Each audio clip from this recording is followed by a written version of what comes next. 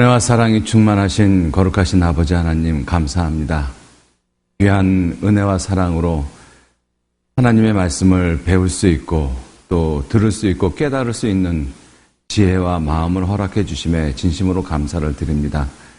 지난 시간까지 하나님이 우주 만물을 창조하신 것, 또 인간 역사를 다스려 가시는 창조주 하나님, 역사의 주관자의 하나님을 우리가 성경을 통해서 배웠습니다. 하나님은 분명 살아계십니다. 살아계신 하나님 앞에서 오늘 우리들, 하나님이 우리를 어떻게 보고 계시는지를 말씀을 통해서 진정 배우기를 원합니다.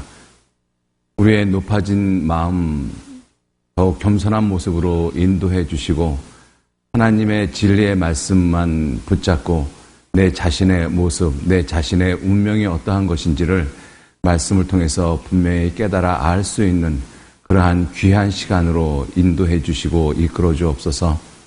오늘 말씀을 통해서 심판자 하나님을 우리가 진정 만날 수 있도록 주님 도와주시기 원합니다. 주님께서 친히 말씀하시기를 때가 찼고 하나님 나라가 가까웠으니 너희는 회개하고 복음을 믿으라고 말씀을 하셨습니다. 그러나 우리가 살고 있는 이 시대 회개에 대한 말씀보다는 그냥 복음을 믿으라고 외치는 사람들 너무나 많이 있습니다. 예수 그리스도의 복음이 진정 내 마음 중심에 이루어지기까지 주님은 분명 우리에게 말씀하시기를 먼저 회개하라고 말씀하셨습니다. 그 참다운 회개가, 주님이 원하시는 회개가 무엇인지를 오늘 이 시간 말씀을 통해서 분명히 깨닫도록 도와주시고 그 회개를 통해서 주님이 하신 그 십자가의 복음을 깨달아 알 수 있도록 우리 모두 인도해 주시고 이끌어 주시기를 간절히 의지하고 부탁드립니다. 모든 것 주님께만 의지합니다. 감사드리면서 예수님 이름으로 기도 올렸습니다. 아멘. 예, 우리 히브리서 9장 27절 말씀, 히브리서 9장 27절 말씀 찾겠습니다.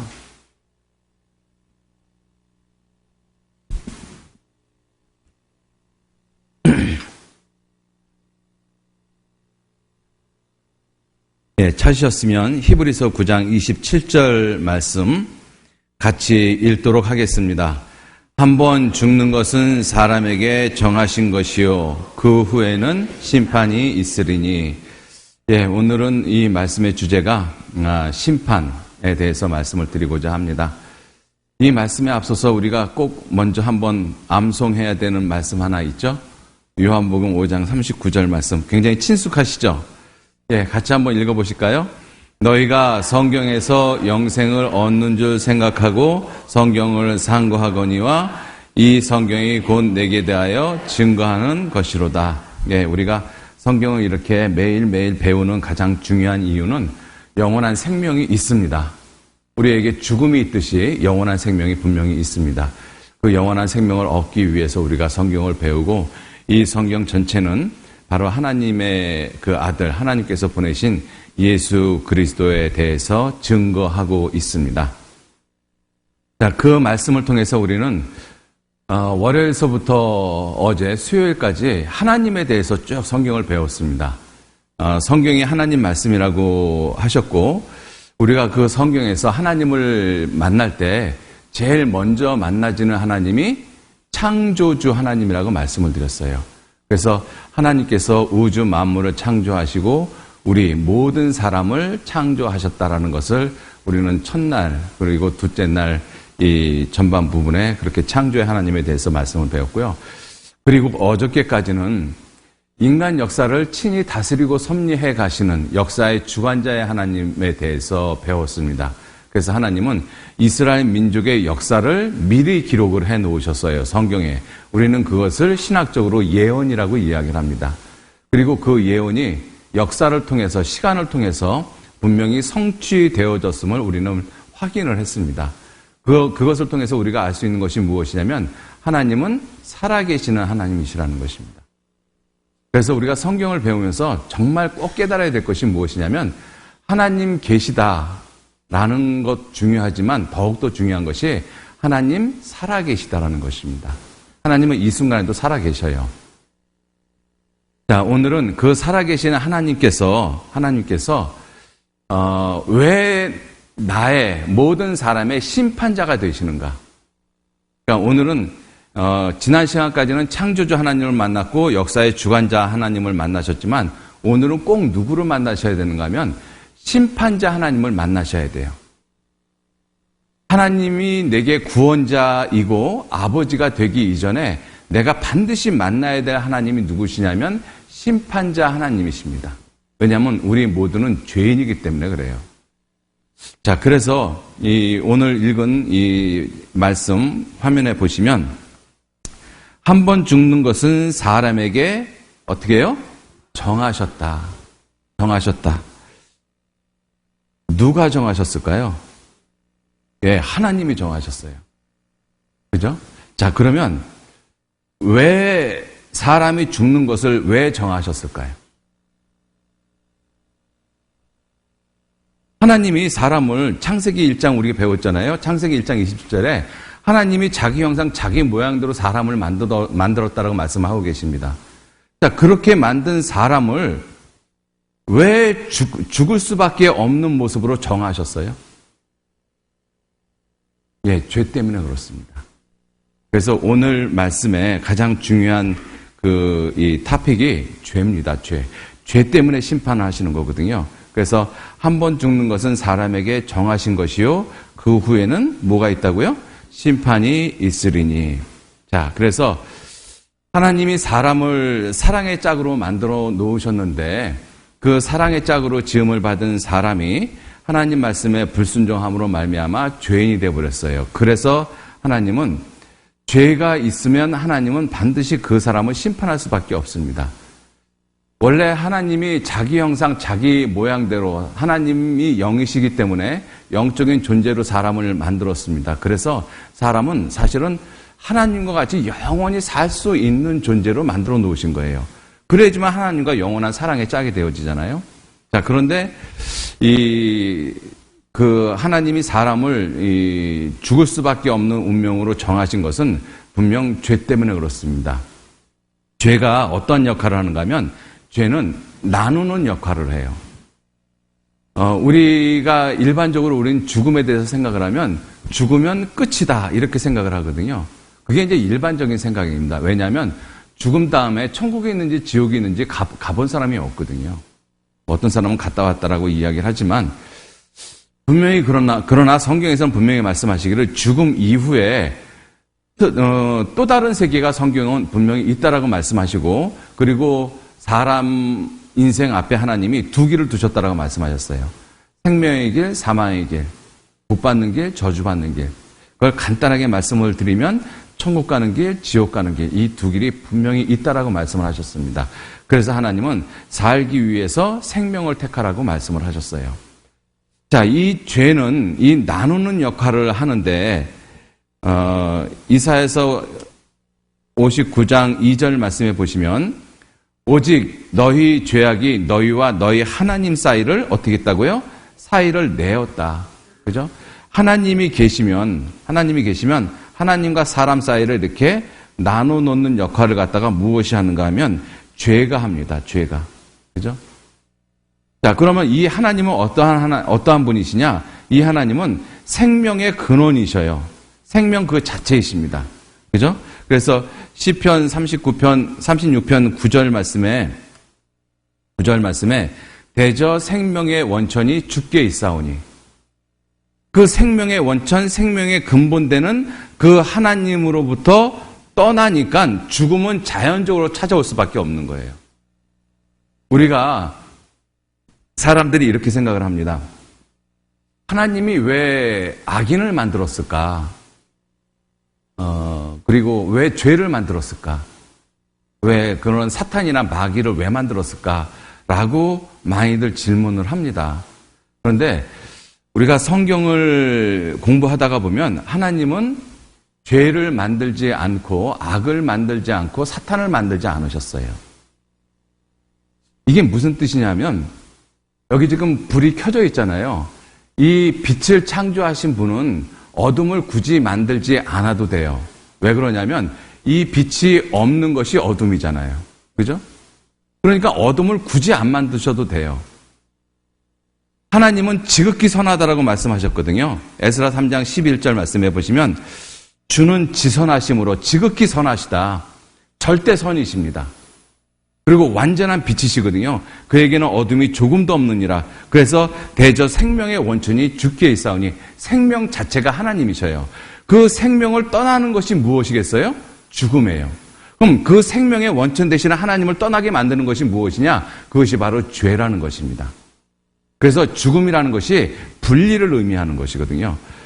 이 누가복음 12장 20절 말씀에도 하나님이 어리석은 부자에게 말씀하시기를 어리석은 자여 오늘 밤에 내 영혼을 도로 찾으면 그러면 내 예비한 것이 네 것이 되겠느냐.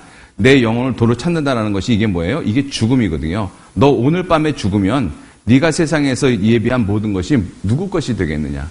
그러니까 이 죽음도 뭐라고 말씀하신 거예요? 영혼하고 육체를 분리하는 것을 말씀을 하고 계셔요. 그래서 영혼하고 육체가 분리되는 것이 곧 죽음입니다.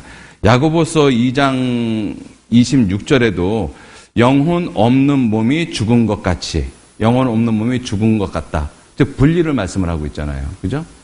그래서 성경에서 죽음은 분리를 말씀을 하고 있는데 죄는 이와 같이 영원하신 생명 하나님하고 나를 분리시키는 역할을 해요.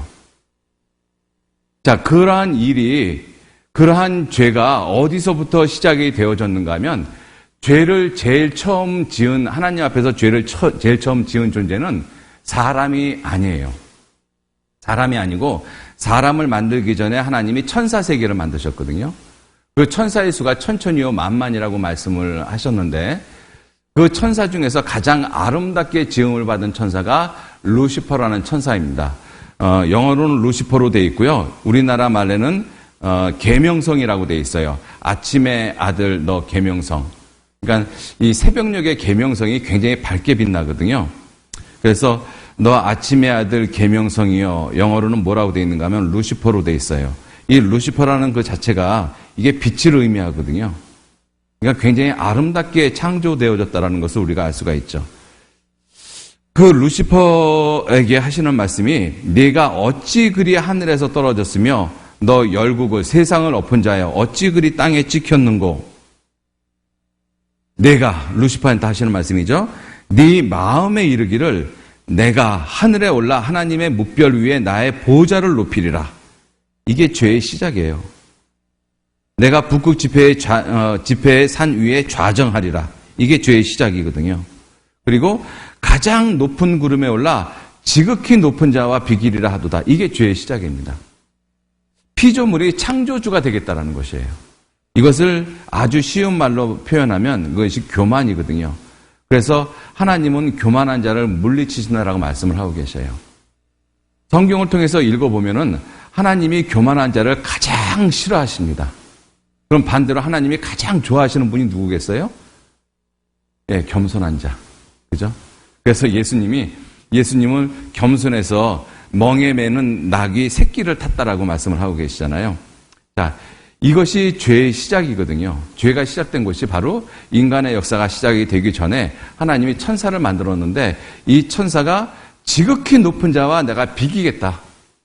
이게 죄의 시작이고 그러다 보니까 이 하나님의 그 수종을 드는 이 천사가 결국은 마귀가 되어버린 거예요. 그러니까 하나님이 마귀를 창조한 것이 아니죠. 천사가 타락해서 마귀가 되어진 거예요. 하나님이 처음부터 사람을 죄인으로 만든 것이 아니라 사람이 죄인이 되어진 거예요. 타락해가지고. 자, 이러한 사탄이 지은, 이 타락한 천사가 지은 이 죄를 인간의 역사로 끌어들인 사람이 누구냐면 바로 아담이란 사람이에요. 그래서 우리가 이 창세기 2장을 배울 때 에덴 동산에다 하나님이 아담을 두셨다라고 말씀하셨거든요. 그리고 선악과를 먹지 말라라고 말씀했는데 아담이 선악과를 먹었어요. 즉 하나님 앞에 불순종을 했거든요. 그것 때문에 아담이 죄를 범하고 지옥 갈 수밖에 없는 그러한 죄인의 운명으로 빠졌습니다.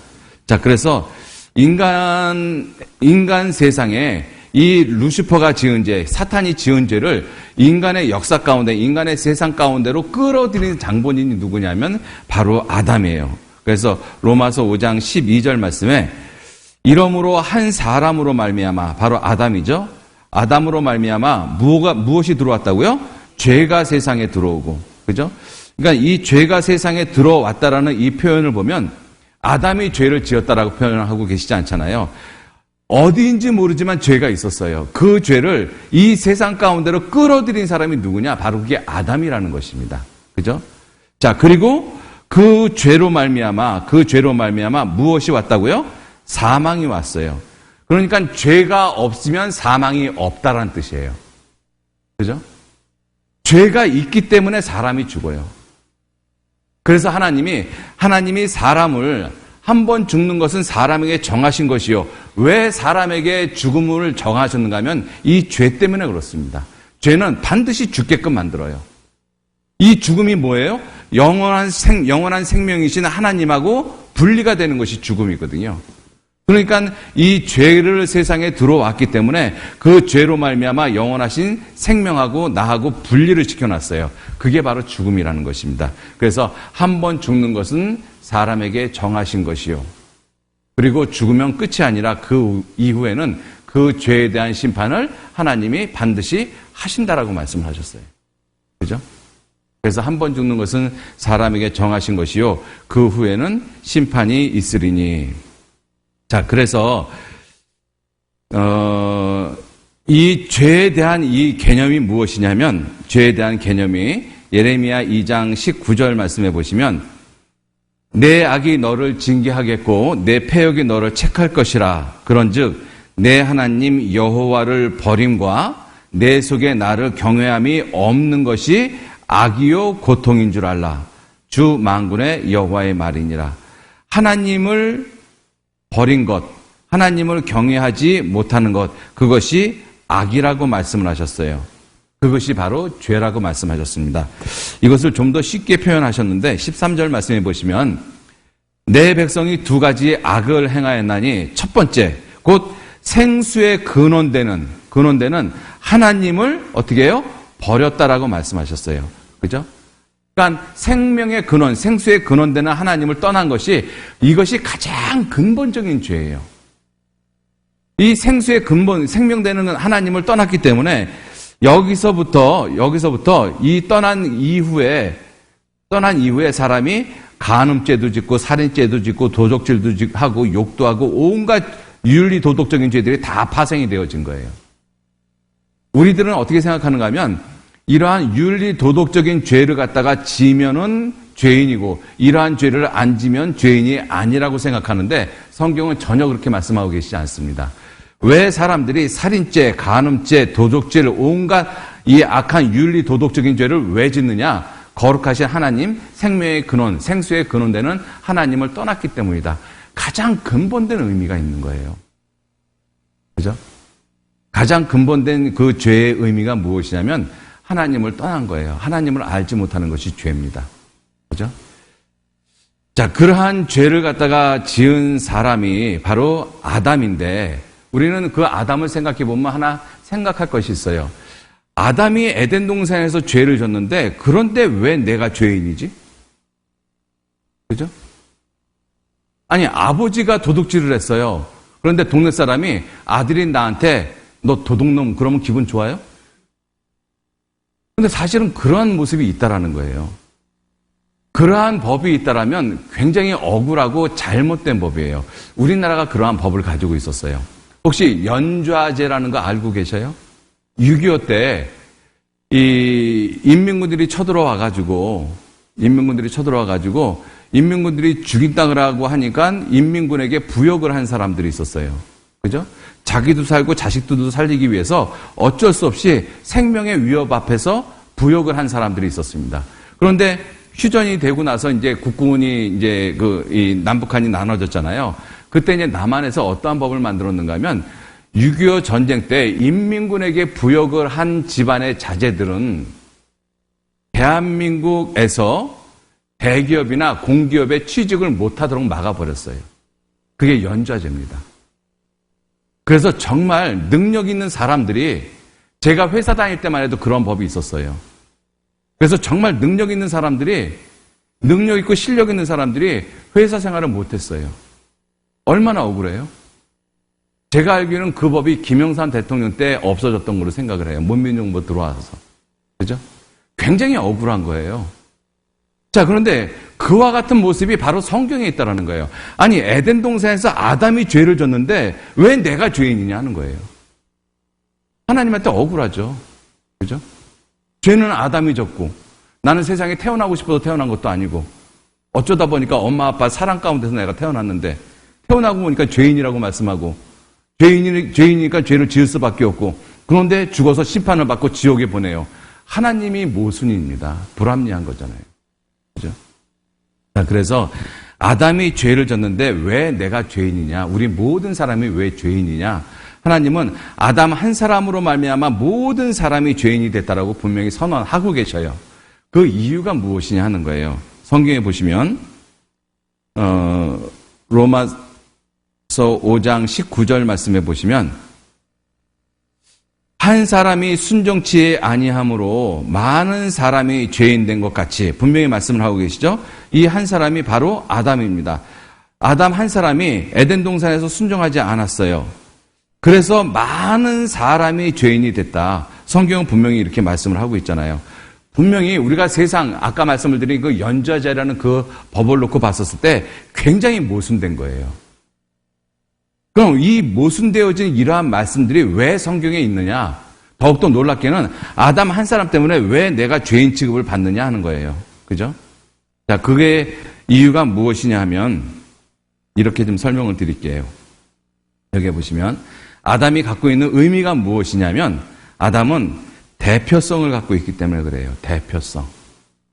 우리가 회사도 보면 회장이 대표를 하잖아요. 나라도 대통령이 대표를 하고. 그래서 그 대표가 결정을 하면 그 그룹에 속해 있는 사람은 어쩔 수 없이 따라갈 수밖에 없어요. 회장이 올해 직원들 다 모아놓고 올해 이 회사 문 닫는다 그러면 문 닫아버리면 그만이잖아요. 그럼 나머지 사람은 다 실직돼 버리는 거예요. 회장 한마디에 의해서. 왜 그런 힘을 갖고 있는가 하면 회장이 대표성을 갖고 있기 때문에 그렇습니다. 그죠? 근데 아담이 그러한 대표성을 갖고 있는 거예요. 좀 더 쉽게 설명을 드리면 우리나라는 이것을 이해하기가 아주 쉬워요. 자, 경술년이 언제냐면 1910년입니다. 그때가 이제 경술년인데 나라에 치욕을 당한 해예요. 그죠? 말로는 한국하고 일본이 합병을 했다고 그러는데 그거는 합병이 아니라 이 강제로 이 일본이 우리나라를 빼앗은 것이죠. 그래서 경술국치 또는 이 늑약이라고 이야기를 합니다. 을사늑약 이렇게 이야기를 하죠. 늑약이라는 뜻이 뭐냐면 남의 물건을 갖다가 강제로 늑탈한 거예요. 그죠? 일이나 늑대가 늑탈하다 그러잖아요. 이 연약한 상대의 것을 갖다 늑탈하는 것을. 마찬가지로 그러한 보호조약이 아니라 을사늑약입니다. 그래서 이런 자리를 빌어서 말씀을 드리고 싶은 것은 을사보호조약이라는 말 쓰지 마셔요. 그거는 일본 사람들이 한 이야기지 그게 무슨 한국을 보호했어요. 한국에 있는 모든 것들을 다 뺏어갔는데. 자, 지금 그런 얘기 할 때가 아니고 자, 그 경술국지를 당했는데 1910년 8월 22일 날 이 을사늑약에 대한 그 문서를 갖다가 작성을 했습니다. 그 작성을 누가 했는가 하면 이완용이라는 우리나라 사람하고 일본 사람 대표 데라우치 마사다케라는 두 사람이 그 을사늑약에 대한 문서를 갖다가 작성을 했어요. 22일 날 작성을 하고 29일 날 발효를 했습니다. 자, 그래서 1910년 8월 29일부터 대한민국에 있는 조선인들은 순식간에 어떤 상태가 돼버렸는가 하면 일본의 식민지인이 돼버린 거예요. 식민지. 누구 때문에 그랬어요? 이완용 한 사람 때문에 그랬어요. 그죠? 왜? 이 사람이 우리나라를 대표하고 있었거든요. 고종이 있었지만 고종은 사실 아무런 힘도 없었고 이 이완용이 우리나라를 대표하고 있었어요. 이완용 한 사람이 도장을 땅 찍었거든요. 그랬더니 조선반도에 있는 모든 대한조선인이 하루아침에 뭐가 됐어요? 일본의 식민지인이 됐어요. 그 다음에 8월 30일 날 태어난 사람, 2011년, 2020년, 2030년, 2040년, 2000년이 아니죠. 1900년, 1945년 8월 14일 날 태어난 사람까지 모두가 다 누가 됐어요? 일본의 식민지인이 돼버린 거예요. 누구 때문에? 한 사람 때문에. 그죠? 이와 같은 모습이 바로 아담의 모습이라는 것입니다. 아담이 그 대표성을 갖고 있거든요. 그죠? 자, 그래서 이 아담 한 사람 때문에 우리 모든 사람이 다 지옥 갈 수밖에 없는 죄인이 되어졌다라고 성경은 분명히 말씀을 하고 있어요. 자, 그래서 아담으로 말미암아 우리 모든 사람은 이제 죄인이 되어졌는데 이 사람이 죄인이 된 거예요. 여러분들 사람하고 죄인이라는 말하고는 원래 같은 의미가 아니에요. 그죠? 사람은 무슨 뜻이냐면 하나님의 영광을 위해서 창조함을 받은 것이 사람이에요. 그래서 이스라엘 백성들한테도 말씀을 하시기를 무슨 말씀을 하셨는가 하면 43장 7절 말씀에 무릇 내 이름으로 일컫는 자 곧 내가 내 영광을 위하여 창조한 자를 오게 하라. 내가 그들을 지었고 만들었느니라. 이스라엘 백성인데 이것은 사람에게도 모든 사람에게도 또 포함되는 말씀입니다. 하나님이 사람을 만들었어요. 왜 만들었는가 하면 하나님의 영광을 위해서 만들었어요. 그러니까 사람이라는 그 본래의 의미는 하나님의 영광을 위한 존재라는 뜻입니다. 그래서 사람은 존귀하다라고 말씀하고 계셔요. 그죠? 그래서 시편 49편 20절 말씀에도 존귀에 처하나 깨닫지 못하는 사람은 그죠? 사람은 존귀해요. 그죠? 그런데 그것을 깨닫지 못하는 사람은 멸망하는 짐승 같다라는 것입니다. 그래서 사람이란 의미는 원래 존귀한 자라는 의미예요. 하나님의 영광을 위해서 창조된 자가 바로 사람입니다. 그죠? 왜냐하면 그 사람 안에 누가 있는가 하면 하나님의 형상대로 지음받은 영혼이 있기 때문에 그래요. 그래서 사람이란 단어 자체는 하나님의 영광을 위해서 존재하는 자라는 의미를 가지고 있어요. 그런데 그 영광스러운 존재인 사람이 죄인이 됐어요. 죄인은 무슨 뜻이냐면요. 지옥 갈 수밖에 없는 비참한 상태. 이것을 죄인이라고 이야기를 합니다. 그러니까 사람하고 죄인하고는 본질적으로 다른 거예요. 그죠? 이 존귀한 사람이 가장 비천한 짐승보다도 못한 이 죄인이 돼버렸어요. 이것이 그렇게 만든 그 원인이 바로 아담 때문이라는 것입니다. 그죠? 그래서 우리 아담 한 사람으로 말미암아 존귀에 처한 사람이 어쩔 수 없이 지옥 갈 수밖에 없는 가장 비참한 존재인 죄인이 돼버렸어요. 자, 그 죄인이 갖고 있는 이 속성이 무엇이냐면요. 예레미야 17장 9절 말씀에 같이 한번 읽어보실까요? 만물보다 거짓되고 심히 부패한 것은 마음이라. 누가 능히 이를 알리오마는 나 여호와는 심장을 살피며 폐부를 시험하고 각각 그 행위와 그 행실대로 보응하나니. 여기 보시면 만물보다 거짓되고 심히 부패한 것은 마음이라. 이 마음을 가리켜서 무엇이라고 이야기를 하는가 하면 죄성이라고 이야기를 합니다. 죄성. 죄성이라는 것이 무엇이냐면요. 죄를 지을 수밖에 없는 기질, 이런 뜻이에요. 그렇게 할 수밖에 없는 기질. 그게 기질이거든요, 기질. 제가 쉬운 거 하나 질문 드릴게요. 이건 꼭 지금 대답 좀 하셔야 돼요. 개가 왜 낯선 사람을 보면 멍멍 짖어요?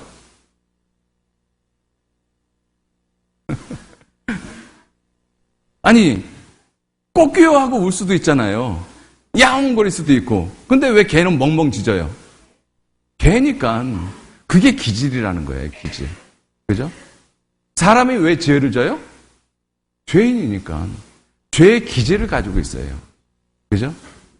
이게 죄성이라는 것입니다. 그것이 뭐냐면 만물보다 거짓되고 심히 부패한 것이에요. 그래도 잘 이해를 못 하시는 분이 있어서 설명을 드릴게요. 여기 보시면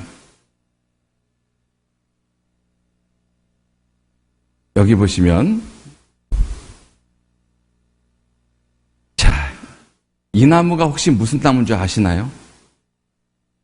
이거 보시자마자 무슨 나무라고 이야기하시는 분은 좀 수상한 분인데. 모르잖아요. 이게 무슨 나무인지. 그죠?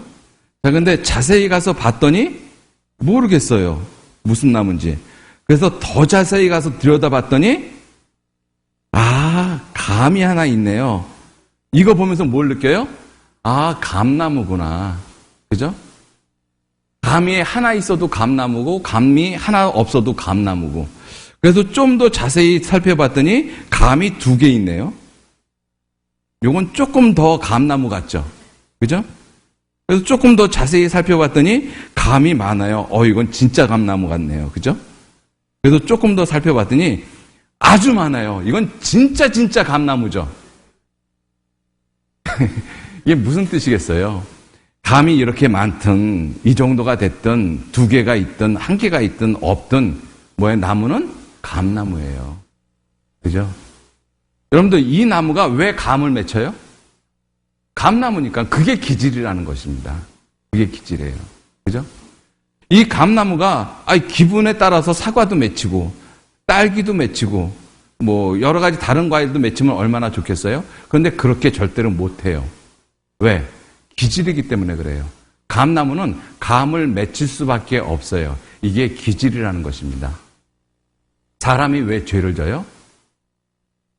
죄성을 가지고 있어서 그래요. 죄를 지을 수밖에 없는 기질을 갖고 있어서. 제가 이 말씀을 왜 반복해서 강조를 드리는가 하면 우리 일반적인 모든 사람, 교회 다니시는 분들도 마찬가지예요. 죄를 어떻게 생각하는가 하면 내가 어디 가서 남의 것을 훔쳤기 때문에 죄인이라고 생각해요. 나 안 훔치면 죄인이 아니라고 생각하거든요. 그러니까 사람들에게 하나님이 당신을 성경에서 죄인이라고 이야기합니다 라고 이야기를 하면 못 받아들여요. 왜? 내가 어디 가서 물건을 훔치기를 했냐, 남을 죽이기를 했냐, 살인을 했냐. 그래도 나 착하게 살려고, 하나님 말씀대로 살려고 나름대로 노력하면서 살았는데 왜 나를 죄인이라고 이야기를 하느냐. 그런 얘기를 하거든요. 그죠? 그게 왜 그러냐면 세상에 종교가 아니라도 일반적인 사람들이 생각하기는 어떻게 생각하는가 하면 죄인이라고 생각하면 어디 가서 나쁜 짓을 하면 죄인이라고 생각하고 나쁜 짓을 하려고 마음을 먹었다가도 그걸 안 하면 난 죄인이 아니라고 생각하는 거예요. 그러니까 나는 세상 착하게 살았다라고 이야기를 하는 거예요. 그러한 생각을 가지고 우리들이 세상을 살고 그리고 교회도 다니고 다른 종교 생활도 해요. 그러다 보니까 성경에서 말씀하시는 죄의 개념하고 세상 일반적으로 이야기하는 죄의 개념하고는 판이하게 다릅니다. 그래서 성경에서 말씀하시는 죄가 무엇인지를 못 깨닫는 거예요. 나 나름대로 세상에서 착하게 살려고 노력했어. 그러면 됐지. 그런데 내가 왜 지옥에 가? 내가 지옥에 가면 당신은 지옥에 안 가? 이런 식으로 따지잖아요. 그죠? 왜냐하면 죄에 대한 개념을 몰라서 그래요.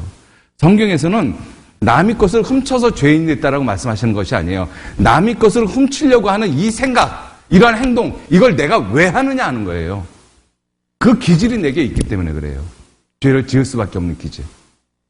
그래서 이것을 반복해서 말씀을 드리는 것입니다. 그죠? 그래서 성경에서는 만물보다 거짓되고 심히 부패한 것이 마음이다. 이것을 한마디로 죄성이다라고 이야기를 하는 거예요. 그죠? 자, 이러한 죄성이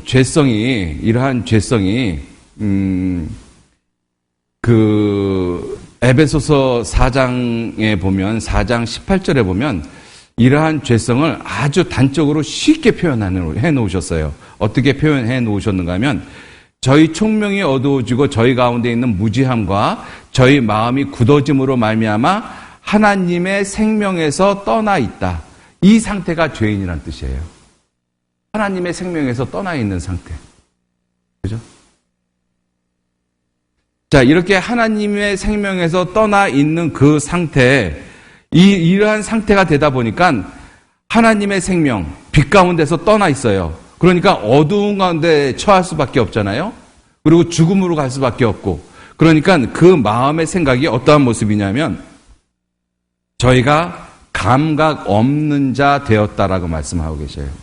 감각 없는 자가 되어졌기 때문에 자신을 방탕에 방임해서 모든 더러운 것을 욕심으로 행하다. 이게 바로 이 범죄들이잖아요. 범죄. 그죠? 낱낱의 죄들, 살인죄, 간음죄, 등등등등 말하는 윤리 도덕적인 모든 죄들. 이러한 죄들을 지게 되어진 거예요. 감각 없는 자가 됐기 때문에. 왜 감각 없는 자가 됐어요? 하나님의 생명에서 떠나 있기 때문에. 자, 그래서 성경에서는 이 감각 없는 자를 갖다가 무엇이라고 말씀을 하고 있는가 하면 문둥병자라고 이야기를 해요. 문둥병자. 근데 이 문둥병이 참 특이합니다. 이 문둥병에 걸리면 고통이 없어요. 아픔이 없어요. 손가락이 잘려나가도 코가 떨어져 나가도 아픔이 없어요. 그죠? 왜? 감각이 없어서 그래요. 감각이 없어서. 그런데 성경에서는 죄를 또는 죄인을 문둥병하고 동일시 취급을 하고 있거든요. 그래서 예수님이 문둥병자들 많이 고쳐주시잖아요. 그건 죄인된 우리를 고쳐줄 것을 예표하고 있는 말씀입니다. 이 문둥병의 특징이 감각이 없다라는 것이거든요. 자, 그런데 우리나라 시인 중에 하나원 선생님이 계셔요. 이 문둥병 나병 시인인데 하나원 선생님이신데 원래 고향은 저 함경북도인가 그렇게 돼요. 근데 이분이 이제 소록도까지 이제 그 박정희 대통령 시절에 모든 문둥병자들을 갖다가 한 곳으로 다 모아놨잖아요. 소록도에다가. 저도 어렸을 때 동네 문둥병자들이 있었거든요. 그러면 어른들이 뭐라고 그러는가 하면 문둥병자들 동네에 들어오면 못 들어오게끔 돌멩이 던지라고 그랬어요. 그래서 저도 어렸을 때 초등학교 들어가기 전에 문둥병자가 동네에 들어오면 막 돌 던졌던 기억이 나거든요. 철없었던 때라. 자, 그런데 이 하나원 선생님이 시를 썼어요. 손가락 한마디. 간밤에 얼어서 손가락 한마디 머리를 긁다가 땅 위에 떨어진다. 이 뼈 한마디 살 한 점 옷깃을 찢어 아깝게 싼다. 하얀 붕대로 더 싸서 주머니에 넣어둔다. 날이 따스해지면 남산 어느 양지터를 가려서 깊이 땅 파고 묻어야겠다. 머리를 긁다가 손매디 하나가 툭 떨어졌어요. 그런데 아픔이 없어요. 이게 문둥병이에요. 하나님의 생명에 떠나 있어서 저희가 감각 없는 자 되어 자신을 방탕에 방임하여 온갖 더러운 것을 욕심으로 행하다. 감각이 없어요, 문둥병이. 우리 사람들이 죄를 갖다가 계속 반복해서 짓잖아요. 죄에 대한 감각이 없습니다. 그죠? 여러분들 내가 똑같은 죄를 반복해서 짓잖아요. 나중에는 그것이 당연해요. 그죠? 그러니까 세상에서 특히 이제 남자분들 이제 회사에서 이제 이 술도 마시고 2차도 가고 뭐 2차 가면 뭐 여러 가지 일들 하잖아요. 근데 이제 그분들이 대부분 하는 얘기가 뭐냐면 야, 술도 안 먹고 담배도 안 먹고 그다음에 뭐 노래방도 안 가고 또 뭐도 안 하고 무슨 재미로 인생을 사니? 이렇게 얘기를 하거든요. 근데 그런 말 한마디를 가만히 살펴보면 전부 다 죄 짓는 거예요. 근데 죄를 지면서 양심의 가책이 없는 거예요. 그죠? 감각이 없어서 그래요. 그러면 죄는 사람의 마음을 갖다가 무디게 만들어버린다. 양심을 무디게 만들어버려요. 감각이 없어요. 특히 더 무서운 것이 무엇이냐면 종교가 그렇습니다. 여러분들 종교에 한번 잘못 빠지잖아요. 악한 짓을 저지르면서도 이게 죄가 죄인 줄은 몰라요. 그거를 우리가 분명히 알 수 있는 것은 죄송합니다. 제가 어떤 특정 종교를 갖다가 판단하기 위해서 그런 것이 아니라 역사를 살펴보면 1500년의 기간이 인류 역사 가운데 1500년의 유럽의 기간이 캐톨릭 시대였었거든요. 캐톨릭 시대 때 사람들을 갖다가 온갖 고문을 하면서 가장 악하게 죽였어요. 지금 우리 시대에 사용되어 있는 모든 고문 기계는 중세 유럽 때 다 만들어진 것입니다. 그런데 그렇게 사람을 끔찍하게 잔인하게 죽이면서도 죄인 줄 몰랐어요. 이게 종교입니다. 여러분들 종교하고 성경은 절대로 달라요. 자, 또 하나원 씨 시가 이러한 시가 있습니다. 아니올시다, 아니올시다, 정말로 아니올시다. 사람이 아니올시다, 짐승이 아니올시다. 하늘과 땅에 그 사이에 잘못 도단한 버섯이 올시다, 버섯이 올시다. 다만 버섯처럼 어쩔 수 없는, 정말로 어쩔 수 없는 목숨이 올시다. 억겁을 두고 나눠도 그래도 많이 남을 버리올시다, 죄이 올시다. 자신의 문둥병을 이렇게 표현했어요. 이게 죄 때문이라고 그런 거예요, 죄. 하나원 선생님이 성경을 아시는 분이거든요.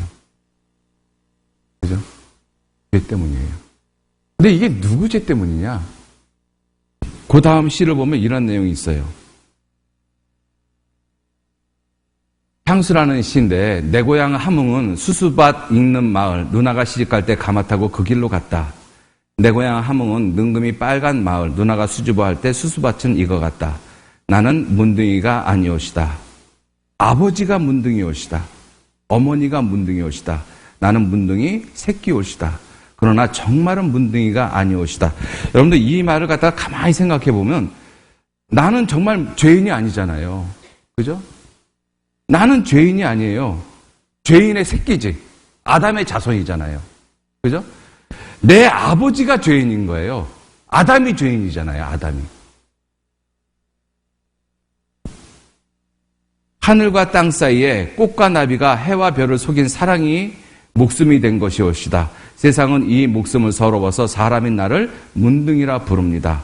호족도 없이 되씹고 되씹어도 알 수 없어 성한 사람이 되려고 애써도 될 수 없어 어처구니 없는 사람이 오시다. 이 문둥이가 성한 사람이 되려고 온갖 착한 일을 다 해요. 열심히 교회도 다니고. 그래도 문둥이가 성한 사람 안 돼요. 이게 지금 그걸 얘기를 하고 있는 거잖아요. 성한 사람이 되려고 애써도 안 된다라는 것입니다. 문둥이는 끝까지 문둥이에요. 주님을 만나서 주님의 기적을 통해서 그 사람이 성한 사람이 되기 전까지는 이 문둥이가 착하게 산다고 성한 사람이 되는 게 아니에요. 이 문둥이가 교회 열심히 다닌다고 새벽기도 하고 철야기도 하고 헌금 많이 한다고 그래서 문둥이가 성한 사람 되는 거 아니에요. 예수님을 만나서 예수님이 고쳐주기 전에는 이 문둥이는 절대로 문둥이 벗어날 수가 없어요. 이분이 그걸 안 거잖아요. 성한 사람이 되려고 애써도 될 수가 없어. 정말 어처구니 없는 사람이옵시다. 나는 문둥이가 아니옵시다. 나는 정말로 문둥이가 아니옵시다. 나는 성한 사람입니다. 내 태생은 원래 성한 사람이에요. 존귀한 사람이에요. 누구 때문에 문둥이가 됐어요? 아담 때문에 문둥이가 됐어요. 그죠? 여러분, 이 문둥병자를 성경에서는 죄인으로 취급을 하고 있거든요. 죄인이 문둥병자예요. 감각 없기 때문에 그렇습니다. 그죠? 자, 이러한 죄인을 바라보시는 하나님이 이러한 죄인을 어떻게 보시느냐 하는 거예요. 하나님이 이러한 죄인을 어떻게 보시는가 하면 욥기 15장 한번 보시죠. 욥기 15장.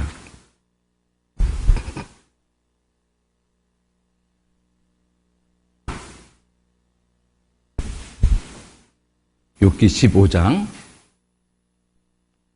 하나님이 이러한 죄인을 어떻게 보시는가 하면 15장 14절 말씀 보시겠습니다. 욥기 15장 14절. 14절에서 16절까지 같이 읽으시죠. 사람이 무엇이간데 깨끗하겠느냐? 여인에게서 난 자가 무엇이간데 의롭겠느냐? 하나님은 그 거룩한 자들을 믿지 아니하시나니 하늘이라도 그의 보시기에 부정하거든 하물며 악을 짓기를 물 마신 같이 하는 가증하고 부패한 사람이겠느냐.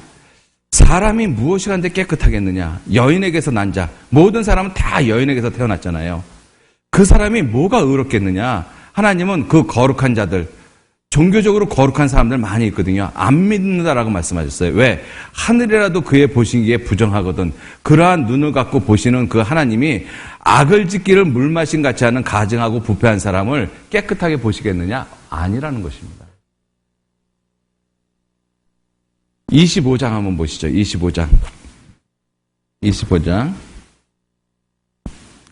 4절로 6절 말씀 또 같이 한번 읽어보실까요? 그런즉 하나님 앞에서 사람이 어찌 의롭다 하며 부녀에게서 난 자가 어찌 깨끗하다 하랴. 하나님의 눈에는 달이라도 명랑치 못하고 별도 깨끗이 못하거든 하물며 벌레인 사람 구더기인 인생이랴. 이게 참 비참한 말씀이에요. 하나님이 이 죄인을, 지옥 갈 수밖에 없는 죄인을 뭐라고 표현하셨는가 하면 벌레인 사람 구더기인 인생. 또 다른 성경에 보면 이스라엘 민족을 너 지렁이 같은 야곱아, 지렁이라고 표현했어요. 그러니까 짐승보다도 더 못한 존재들이 벌레 구더기잖아요. 지렁이. 그죠? 죄인을 이렇게 표현을 했어요. 여기 한번 보시면, 제가 이 작년 가을에 우리 여기 도독산에 올라가다가, 이게 이제 도독산 산책로거든요. 근데 이제 계단 가는 곳이 싫어가지고 옆길로 가려고 했는데, 이 근처를 밟아야 되는데 왠지 밟기가 싫었어요. 그래서 고개를 좀 자세히 들여다봤어요. 근데 뭔가 좀 까만 것들이 있더라고요. 잘 안 보이시죠? 제가 확대해 드릴게요.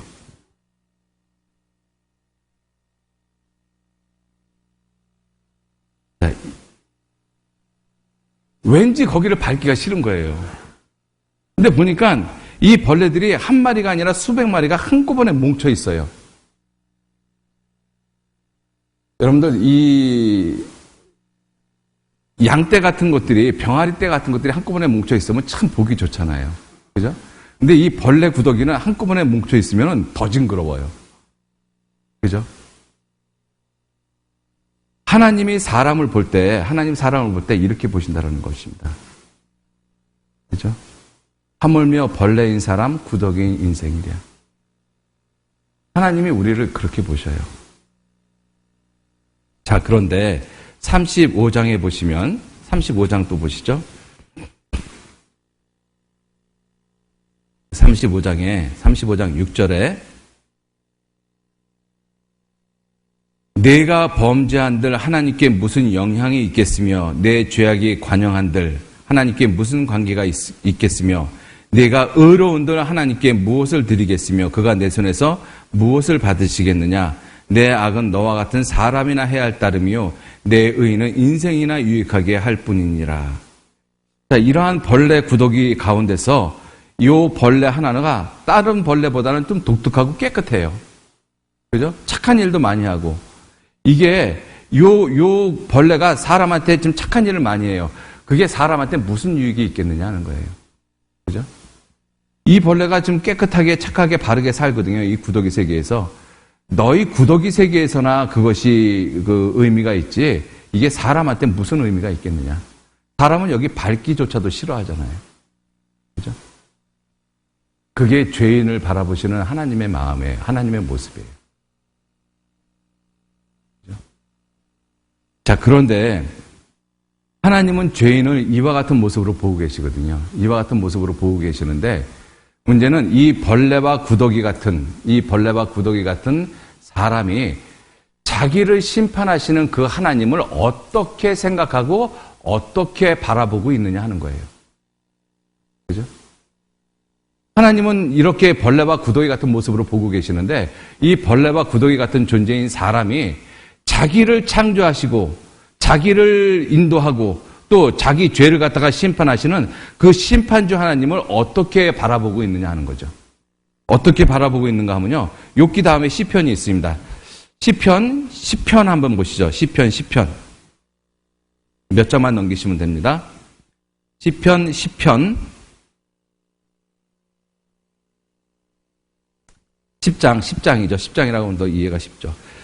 10장 4절 말씀 같이 읽도록 하겠습니다. 악인은 그 교만한 얼굴로 말하기를 여호와께서 이를 감찰치 아니하신다 하며 그 모든 사상에 하나님이 없다 하나이다. 하나님 없어. 자기를 심판하시는 그 심판자 하나님이 분명히 계신데 하나님 없어. 이스라엘 백성들이 그랬잖아요. 하나님이 계속 선지자를 통해서 경고를 하니까 하나님이 계시긴 어딨냐. 하나님은 계신 것이 아니다. 그죠? 우리 이방인들도 다 마찬가지예요. 그 모든 사상에 하나님 없다. 하나님 없다. 욥기 22장 2장 17절 말씀에는 뭐라고 말씀하셨는가 하면 그들이 하나님께 말하기를 우리를 떠나소서 하며 또 말하기를 전능자가 우리를 위하여 무엇을 하실 수가 있느냐. 전능자가 도대체 뭔데? 하나님이 도대체 뭔데? 그가 우리를 위해서 나 지금 이렇게 힘들고 어렵게 사는 나를 위해서 도대체 뭘 할 수 있는데? 이렇게 이야기한다는 거예요. 이게 악인의 모습이거든요. 시편 14편 한번 보셔요. 14편 1절 말씀서부터 3절 말씀까지 같이 읽겠습니다. 어리석은 자는 그 마음에 이르기를 하나님이 없다 하도다. 저희는 부패하고 소행이 가증하여 선을 행하는 자가 없도다. 여호와께서 하늘에서 인생을 굽어 살피사 지각이 있어 하나님을 찾는 자가 있는가 보려 하신즉 다 치우쳤으며 함께 더러운 자가 되고 선을 행하는 자가 없으니 둘도 없다? 하나도 없다. 하나도. 그러니까 이러한 말씀은 무엇을 말씀하시는가 하면요. 아담 안에서 태어난 모든 사람은 완전한 타락이다. 한 사람도 자기 의로, 자기 선행으로 어떠한 종교적인 열심으로 의롭게 될 수 있는 사람 단 한 사람도 없다라고 선언하고 있는 말씀이에요. 그죠? 시편 56편 5절 말씀에 저희가 종일 내 말을 곡해하며 내게 대한 저희의 모든 사상은 사악이라. 여러분들 인간이 만들어 놓은 그러한 사상적인 체계들이 있거든요. 그죠? 예를 들어 대표적인 그런 것이잖아요. 진화론, 그 다음에 유물론, 그죠? 그 다음에 니체이즘. 니체이즘이 뭐냐면 신은 죽었다라는 것입니다. 그 다음에 프로이디즘, 리비도라고 해서 모든 사람의 생각을 성적인 것하고 연관을 시켰어요. 여러분들 이러한 것이 근대 사상의 뿌리, 근간을 이루고 있는 가장 중요한 사상들이에요. 인간의 사상들 가운데서. 그런데 진화론에 하나님 있어요? 없어요. 저절로 됐다라는 것입니다. 모든 게. 그죠? 유물론, 사람은 오직 물체로 그 물질뿐이다. 그래서 사람이 사람을 죽여도 전혀 양심의 가책을 안 받아요. 스탈린이 이 1917년 볼셰비키 혁명 때 1800만인가 2800만을 죽였다고 그럽니다. 그런데 양심의 가책을 안 받았어요. 뭐라고 이야기를 했는가 하면 물질로 환원시켜버린 것이다. 그러한 사상적인 교육을 받고 있는 사람들이 대표적으로 북한 사람들이에요. 김일성이가 그 사상을 갖다가 그대로 이었잖아요. 그래서 우리나라를 갖다가 공산주의로 만들려고 했던 것이 뭐냐면 그 부르주아들 다 없애고 우리 함께 잘 사는 세상 만들자. 그래서 거기서 반대를 하면 어떻게 했어요? 무조건 죽여버렸어요. 그걸 지금 김정은이도 똑같이 하잖아요. 자세 조금만 틀어지면 자세 불량하다고 쏴 죽여버렸어요. 졸면 어떻게 했어요? 존다고 쏴 죽였어요. 여러분들 여기 김정은이가 아닌 게 천만 다행인 거예요. 만약에 김정은이었으면 여기 죽을 사람들 많습니다, 지금. 자세 불량하고. 죄송합니다. 인간의 사상이 전부 다 그렇게 왜곡된 사상이에요. 내게 대한 저희의 모든 사상은 사악이라 아주 악하거든요. 그죠? 자, 그러한 그 사상을 가지고 모든 사람들이 세상을 살아가고 있어요. 그러니 그 사람을 하나님이 심판하시겠어요? 안 하시겠어요? 하셔요. 그래서 하시는 말씀이 뭐예요? 히브리서 9장 27절 말씀에 다시 한번 읽어보실까요? 한 번 죽는 사람에게 정하신 것이요. 그 후에는 심판이 있다. 그래서 심판이 있을 수밖에 없는 거예요. 그죠? 하나님 살아계시기 때문에. 자, 그래서 하나님이 어떠한 사람을 심판하시는가 하면 스바냐서 1장 6절 말씀해 보시면 같이 한번 읽어보시죠. 여호와를 배반하고 좇지 아니한 자와 여호와를 찾지도 아니하며 구하지도 아니한 자를 멸절하리라. 여호와를 배반하고 좇지 아니한 사람들, 대표적으로 이스라엘 백성들이에요. 그들이 하나님을 섬긴다라고 하면서 입으로만 섬겼어요. 이 백성이 입술로는 나를 존경하되 마음은 내게서 멀리 떠나 있도다. 그죠? 형식적인 종교 생활. 이스라엘 백성들 이 여호와를 배반하고 좇지 아니한 모습이 바로 이스라엘 백성들의 대표적인 모습인데 이 모습을 갖다가 한마디로 이야기하면 형식적인 종교 생활입니다. 형식적인 종교 생활. 그죠? 여러분들 다시 말씀을 드리겠습니다만 종교하고 성경하고는 전혀 달라요. 전혀 달라요. 자, 그리고 두 번째가 어떤 사람들이에요? 여호와를 찾지도 아니하고 구하지도 아니한 자. 지금까지 하나님을 못 만났다라면 그 사람 하나님이 심판하신다라는 거예요. 하나님 모르는 것이 죄냐? 예, 죄입니다. 지옥 갈 죄예요.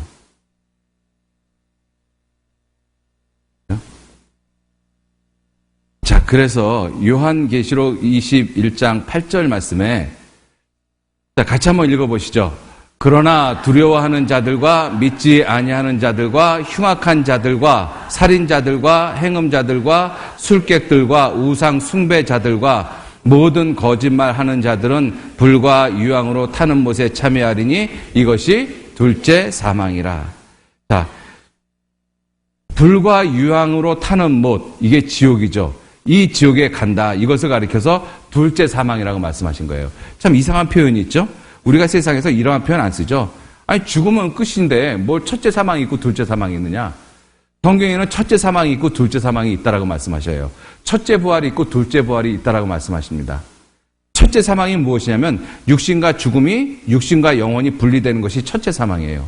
둘째 사망이 뭐냐면 지옥인데 이것을 왜 둘째 사망이라고 말씀하셨는가 하면 영원하신 하나님, 완전하신 하나님, 빛이신 하나님, 사랑이신 하나님하고 영원히 이별되는 것이 지옥이거든요. 다시는 만나지 못합니다. 그래서 그것을 둘째 사망이라고 그랬어요. 영영한 이별, 다시는 만날 수 없는 곳.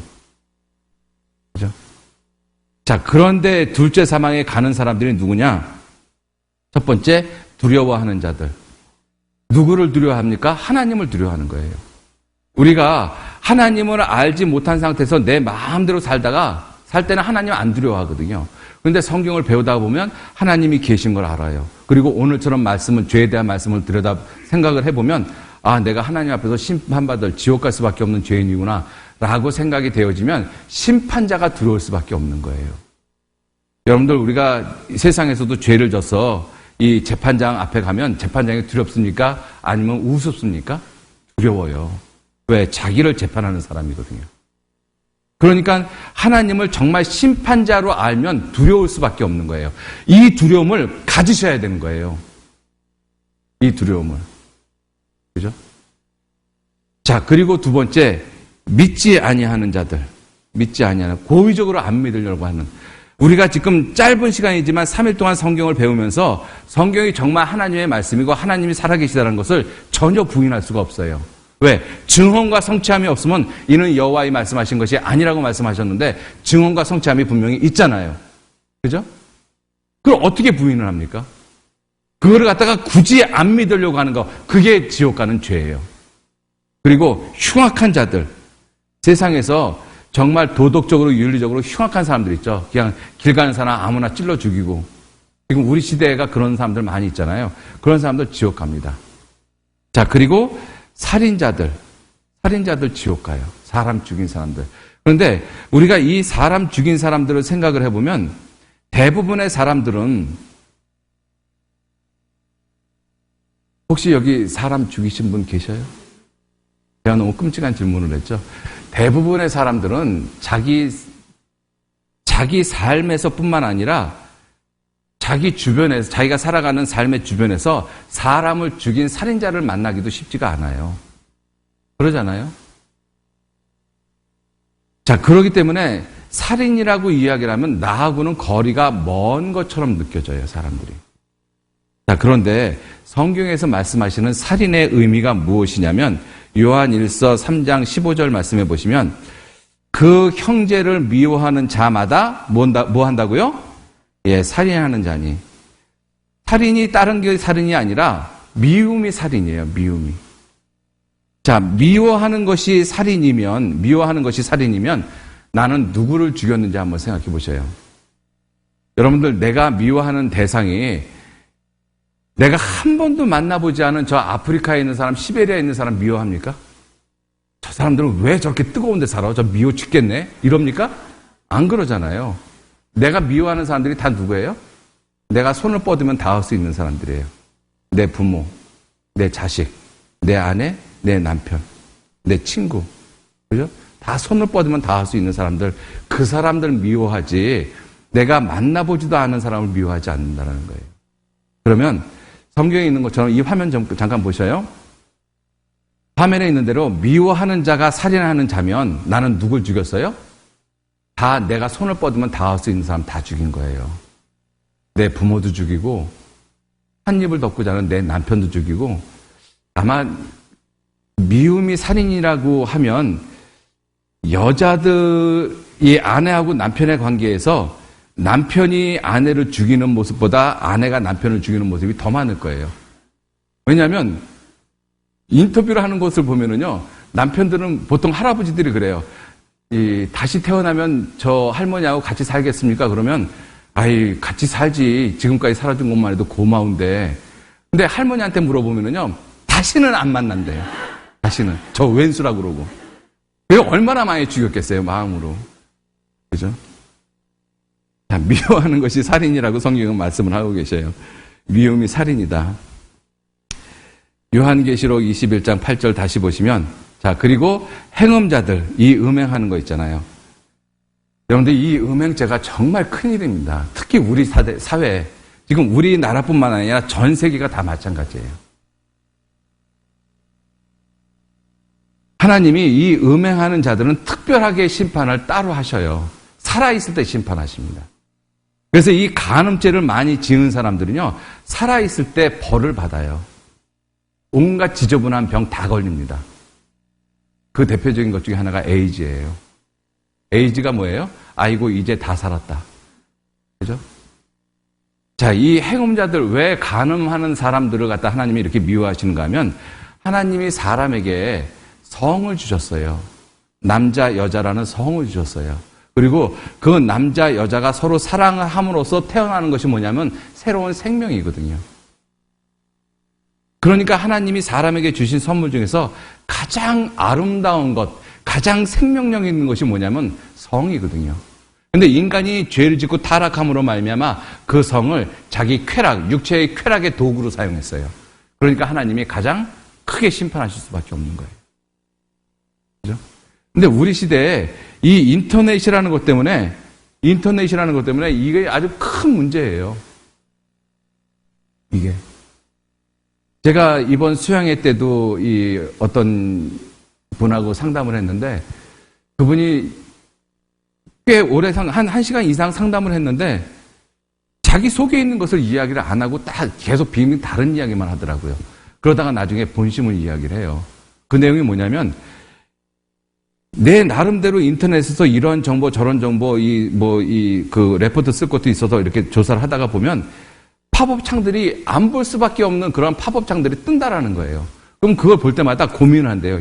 이거 한번 들어가서 볼까 말까 볼까 말까. 그러다가 그것 때문에 막 씨름하다가 스스로 막 화가 나는 경우도 있고, 그리고 어떤 때는 자신도 모르게 그걸 클릭을 딱 하고 그걸 보고 있는 자신의 모습을 본다고 이야기를 해요. 구원받은 사람도 그것 때문에 고민을 많이 하거든요. 그러니 하나님의 생명이 없는 사람이 그러한 인터넷에 그러한 창을 보면은요, 100이면 100사람 다 들어가서 볼 수밖에 없는 거예요. 그럼 그거 보고 뭐 합니까? 결국은 스스로 죄 짓는 거예요. 우리 시대가 그래요. 누구도 예외일 수 없습니다. 그 다음에 술객들, 점치는 사람들, 점 보는 거 좋아하는 사람들, 하나님이 반드시 심판하셔요. 또 우상 숭배자들, 하나님이 아닌 다른 것들을 더 좋아하는 그 모든 것들, 그리고 모든 거짓말하는 자들, 불과 유황으로 타는 못에 참여한다. 반드시 심판받는다라고 말씀하고 계셔요. 히브리서 9장 27절 다시 한번 같이 읽겠습니다. 한 번 죽는 것은 사람에게 정하신 것이요 그 후에는 심판이 있으리니. 예, 생각하시면서 10분간 쉬십시오. 3장 예레미야 13장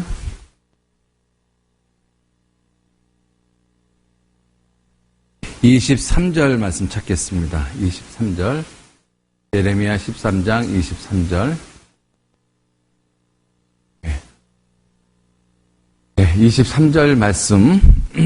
23절 말씀 같이 읽겠습니다. 구스인이 그 피부를 표범이 그 반점을 변할 수 있느뇨 할 수 있을진데 악에 익숙한 너희도 선을 행할 수 있으리라. 여기서 구스가 어디냐면 이디오피아예요. 이디오피아. 우리 아프리카 쪽에 있잖아요. 그러니까 그 아프리카 사람들은 피부가 어때요? 검해요. 그죠? 검은 피부를 갖고 있잖아요. 그 아프리카 사람들이 그 검은 피부를 표범이 반점이 있잖아요. 그 반점을 변할 수가 있느냐? 할 수 있다면 구스인이 그 피부를 변하고 표범이 그 반점을 없앨 수 있다면 악에 익숙한 너희도 사람도 죄인도 선을 행할 수 있으리라. 그럼 이 말씀은 선을 행할 수 있다는 말일까요? 할 수 없다는 말일까요? 그러죠. 할 수 없다는 말이에요. 그러니까 절대로 선을 행할 수 없다는 것을 강조하기 위해서 이렇게 말씀하신 거예요. 그죠? 자, 우리가 이 말씀을 오늘 배우는 이유가 무엇이냐면요. 지금까지 배운 것을 좀 정리를 해보면 모든 사람은 죄인으로 세상에 태어났잖아요. 죄인이란 뜻은 죄성을 가지고 있는 사람이란 뜻이에요. 죄성. 그죠? 죄를 지을 수밖에 없는 기질을 가지고 태어난 사람, 그 사람을 죄성을 가지고 있는 죄인이라고 말하고 있거든요. 근데 그 첫 번째 죄인이 누구냐면 아담입니다. 아담. 마담이라고 그러면 안 돼요. 아담. 이 아담이 무슨 뜻이냐면 사람이라는 뜻이거든요. 사람. 그죠? 그리고 나라는 사람이 내가 곧 사람이잖아요. 내가 사람이면 나는 아담 자손이에요. 아담 자손이면 어쩔 수 없이 죄성을 가지고 있어요. 그래서 성경에서는 모든 사람이 다 죄인이다라고 말씀을 하고 계시는 거예요. 이러한 죄인이 죄인으로 태어났기 때문에 어쩔 수 없이 수없이 많은 죄를 짓고 삽니다. 그것을 가리켜서 범죄라고 그래요. 그래서 살인죄, 간음죄, 도둑질, 미워하는 모든 죄들이 다 범죄에 들어가는 것이에요. 그죠? 이러한 범죄를 짓고 살다가 이 사람이 계속 살아요? 아니면 언젠가는 죽어요? 죽어요. 그래서 성경에서는 한 번 죽는 것은 사람에게 정하신 것이요. 자, 그리고 그 죽음 이후에는 뭐가 있다라고 말씀하셨어요? 심판이 있다. 그죠? 그리고 이 심판을 받으면 가는 곳이 어디냐면, 지옥이에요. 이것이 모든 죄인의 피할 수 없는 운명이라는 것입니다. 그죠? 내가 죄인으로 태어났잖아요? 어쩔 수 없이 우리의 삶 가운데 내 삶을 뒤돌아보면 수없이 많은 죄의 흔적들이 묻어져 있어요. 그렇게 살다가 언젠가는 죽습니다. 죽으면 심판은 피할 수 없어요. 여기서부터 여기까지는 외길인 거예요. 그죠? 자, 그래서 죄인으로 태어난 우리 사람이 자기가 죄를 짓고 사는 자기의 모습을 보면 실제로 그러잖아요. 우리가 죄를 갖다가 처음 지을 때 내가 왜 이런 죄를 짓지? 다시는 그런 죄 짓지 말아야지. 왜냐하면 우리도 죄를 짓고 그것이 합당치 않다는 것을 누가 이야기하지 않았는데도 내 양심이 알아요. 내가 어떤 나쁜 짓을 하려고 하면 내 마음 가운데서 속삭이는 것이 있잖아요. 너 그거 왜 하려고 해? 하지 마. 지금이라도 그만둬. 그죠? 그러한 소리가 내 마음 가운데 들려요. 그게 양심이라는 것입니다. 그죠? 그런데도 불구하고 우리는 죄를 짓잖아요. 그렇게 죄를 짓다가 보면 이러한 죄, 여러 가지의 모습의 죄들이 있는데 이 죄를 갖다가 내가 깨끗이 하고 싶은 마음이 생겨요. 이 죄를 갖다가. 이런 죄를 갖다가 좀 깨끗이 한번 좀 없애봤으면 좋겠다. 그래서 사람들이 하는 것이 뭐냐면 이러한 죄를 없애기 위해서 내가 착하게 살아야지, 선을 행해야지. 그래서 사람들은 착하게 살려고 합니다. 그죠? 나름대로 내가 이러한 죄도 졌지만 이 죄를 갚기 위해서 착한 일 10가지 하면 안 되겠나. 이러한 생각을 해요. 죄를 없이 하려고. 내가 지은 죄를 내가 없이 해보려고 노력을 하거든요. 그런데 이러한 죄를 없이 하기 위해서 내가 착한 일을 했어요. 나름대로 착한 일을 10가지를 했거든요. 그러면 이 죄가 없어지는 것이 아니라 착한 것은 착한 것대로 그래 나 그 일은 참 잘했다. 그런데도 불구하고 이 죄는 마음 가운데 항상 있어요. 안 없어집니다, 이게. 이게 무슨 뜻이냐면 인간이 죄를 없이 할 수 없다라는 뜻이에요. 그죠? 옛날에 거지들이 아주 어려운 문자를 쓰면서 이 동냥을 했어요. 무슨 문자를 썼는가 하면 한 푼만 적선하십시오 이렇게 이야기를 했거든요. 이 적선이라는 뜻이 굉장히 어려운 단어예요. 뭐냐면 선을 갖다가 차곡차곡 쌓으라는 뜻입니다. 그죠? 이게 적자가 쌓을 적자거든요. 그래서 나한테 동전 하나 줘서 선을 쌓아서 나중에 죽을 때 좋은 곳 가세요. 그게 적선의 의미예요. 그러니까 모든 사람들이 선을 이렇게 생각을 하고 있거든요. 내가 한 가지 잘못했으면 10가지 착하게 살면 그 죄를 없이 할 수 있지 않을까. 이 생각을 해요. 그죠? 자, 그래서 성경에서 오늘 읽은 예레미야 13장 23절 말씀에 불수인이 피부가 검은 사람이 그 피부를 갖다가 하얗게 또 표범이 그 반점을 변하게 할 수 있느냐? 할 수 있다면 악에 익숙한 너희도 선을 행할 수 있을 것이다. 무슨 말이냐면요. 하나님이 그러한 말씀을 통해서 죄인은 결코 자기의 죄를 스스로 깨끗하게 할 수 없다. 어떠한 사람도 선을 행할 수 없다라고 말씀하고 계셔요. 무슨 말씀이냐면 아담 안에서 태어난 인류는 완전한 타락이다. 완전한 타락이다. 그걸 말씀하고 계시는 거예요. 이 전도서 7장 20절 말씀에 같이 한번 읽어보시죠. 선을 행하고 죄를 범치 아니하는 의인은 세상에 아주 없느니라. 자, 보세요. 세상에서 선을 행하는 사람들이 있어요. 그죠? 특히 이 종교인들 보면 나름대로 겉으로 드러나는 선들이 참 많잖아요. 그런데 그렇게 선을 행하고 죄를 범치 아니하는 그러한 의인은 세상에 아주 없다. 절대로 없다라고 말씀하신 거예요. 그죠? 그러니 구수인이 그 표범이 그 반점을 변할 수 있느냐? 없다라는 것입니다. 그러니까 악에 익숙한 너희도 결코 하나님이 보시는 선을 행할 수 없다라고 말씀하고 계시는 거예요. 그죠? 자, 로마서 3장 4절에도 말씀하시기를 그럴 수 없느니라 사람은 다 거짓되되 오직 하나님은 참되시다 할지어다. 사람은 다예요, 다. 한 사람도 예외 없이 다 거짓되되. 내가 그래도 종교 생활을 몇 년을 했는데 내가 착하게 살려고 내가 얼마나 노력을 했는데. 예, 그 의인은 너와 같은 사람에게나 유익할 따름이다. 그죠? 그럴 수 없느니라 사람은 다 거짓되되. 또 10절에도 하시는 말씀이 기록한 바 의인은 없나니 둘도 없으며 하나도 없으며. 그죠? 하나도 없으며 깨닫는 자도 없고 하나님을 찾는 자도 없고 다 치우쳐 한 가지로 무익하게 되고 선을 행하는 자는 없나니 얼마도 없도다? 하나도 없도다. 계속 강조하고 있잖아요. 하나도 없도다. 우린 그러거든요. 설마 한 사람이 없어? 이 세상에 나이팅게일 같은 사람들도 있고 세상에 보면 세상에 착한 일 하는 사람이 얼마나 많은데 성경은 뭐라고 말씀하셔요? 하나님은 그 거룩한 자를 믿지 아니하시나니 하늘이라도 그의 보시기에 부정하거든 하물며 벌레인 사람 구덕인 인생이랴 이렇게 말씀하고 계셔요. 한 사람도 없어요. 한 사람도. 그죠? 자, 그런데 그러한 사람이 나름대로 죄를 갖다가 씻어보려고 노력을 하고 있거든요. 그것을 가리켜서 선행이라고 이야기를 하는 거예요. 그 선행의 모습이 좀 발전되어진 것이 사람이 나름대로 선을 행한다라고 했잖아요. 그죠? 이 선행이 조금 발전된 것이 뭐냐면 이게 종교라는 것입니다. 종교라는 거예요, 종교. 여기도 종교 아닌가요? 사람들이 기독교를 종교라고 생각하는데 기독교는 종교가 아니에요.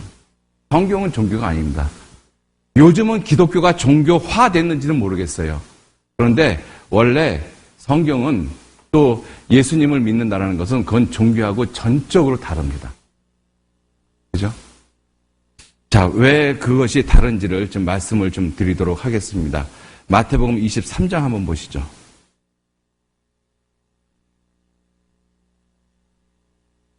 마태복음 23장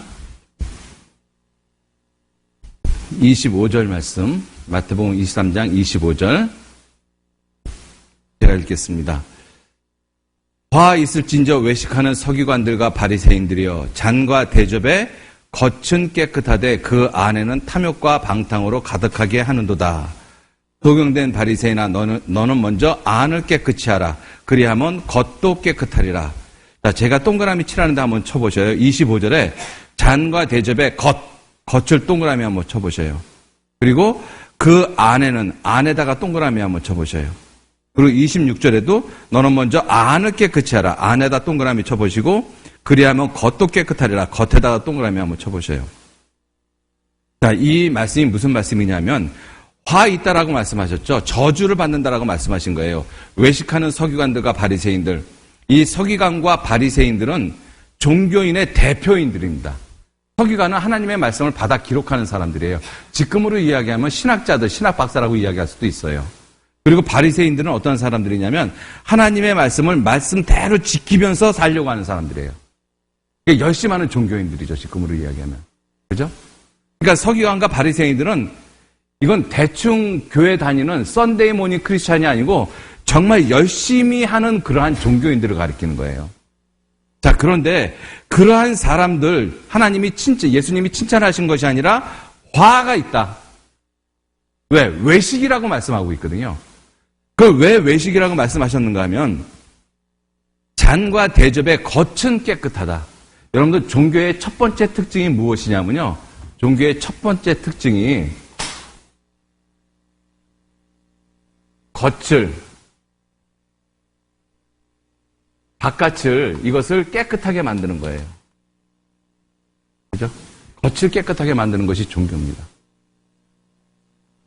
그래서 종교 생활을 갖다가 정말 열심히 하신 분들 보면요. 겉으로 나타나는 모습이 거룩하고 깨끗하게 보여요. 그죠? 그래서 목사님들 보면 목소리 자체도 거룩하잖아요. 그죠? 그리고 제스처도 굉장히 거룩해요. 그죠?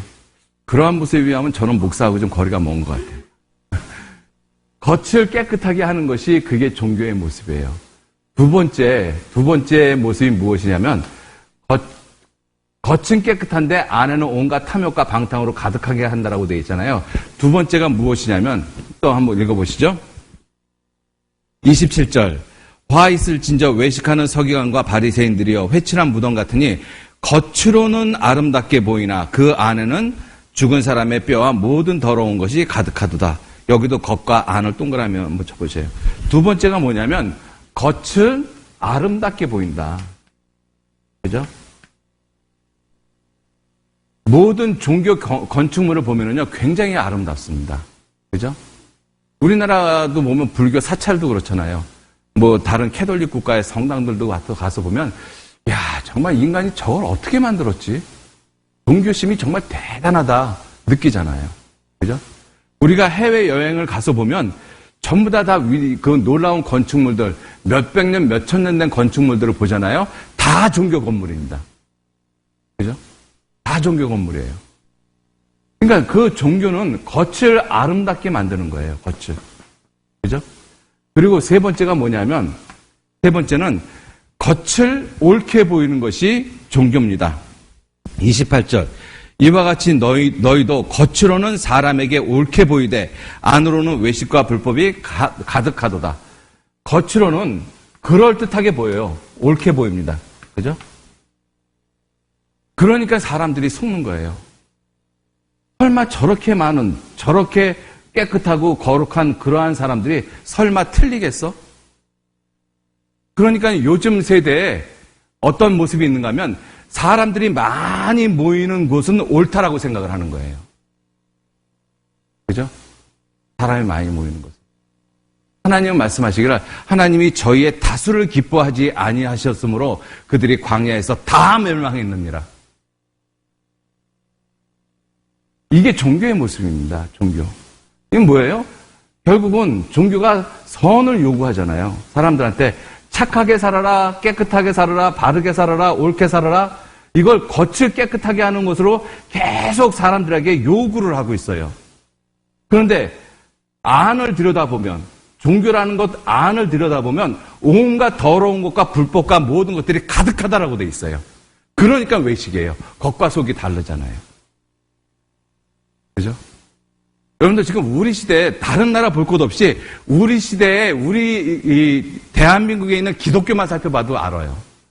다른 종교는 말할 것도 없고 하나님을 섬긴다라고 하는 기독교만 바라보더라도 사람들이 기독교를 갖다 왜 외면하고 손가락질해요? 수만 명, 수십만 명을 갖다 인도하는 그러한 그 목회자들이 여자 문제도 있고 재산 문제도 있고 온갖 지저분하고 더러운 문제 다 있어요. 그런데 더욱더 놀라운 것은 뭐냐면 그런 교회 다니는 사람들 또는 주변에 있는 사람들이 아이 그 사람들 그렇게 되기까지 얼마나 고생했어. 잠깐 실수한 건데 우리가 용서해야지. 누군데 자기가 용서합니까? 하나님이 용서해야지. 그죠? 세상이 그런 세상이 돼버렸어요. 그러니까 종교 지도자들도 온갖 불법과 외식과 더러운 그러한 삶을 사는데 문제는 그러한 것을 보고 있는 그러한 성도들도 그것이 그럴 수밖에 없다라고 인정하고 있는 세대예요. 그게 종교입니다. 그게 종교예요. 그죠? 23장 보셔요. 23장 앞부분. 23장 1절 말씀서부터 제가 읽겠습니다. 이에 예수께서 무리와 제자들에게 말씀하여 가라사대 서기관들과 바리새인들이 모세의 자리에 앉았으니 그러므로 무엇이든지 저희의 말하는 바는 행하고 지키되 저희의 하는 행위는 본받지 말라. 저희는 말만 하고 행치 아니하며 이 대표적인 종교인들이거든요. 말만 하고 행치 않는 것이 종교인들이에요. 4절 또 무거운 짐을 묶어 사람의 어깨에 지우되 자기는 이것을 한 손가락으로도 움직이려 하지 아니하며 저희의 모든 행위를 사람에게 보이고자 하여 그 차는 경문을 넓게 하며 옷수를 크게 하는도다. 저희의 모든 행위를 하나님께 보이려고 하는 것이 아니에요. 종교는 하나님께 보이려고 하는 것이 아니에요. 사람에게 보이려고 하는 거예요. 사람에게. 그죠?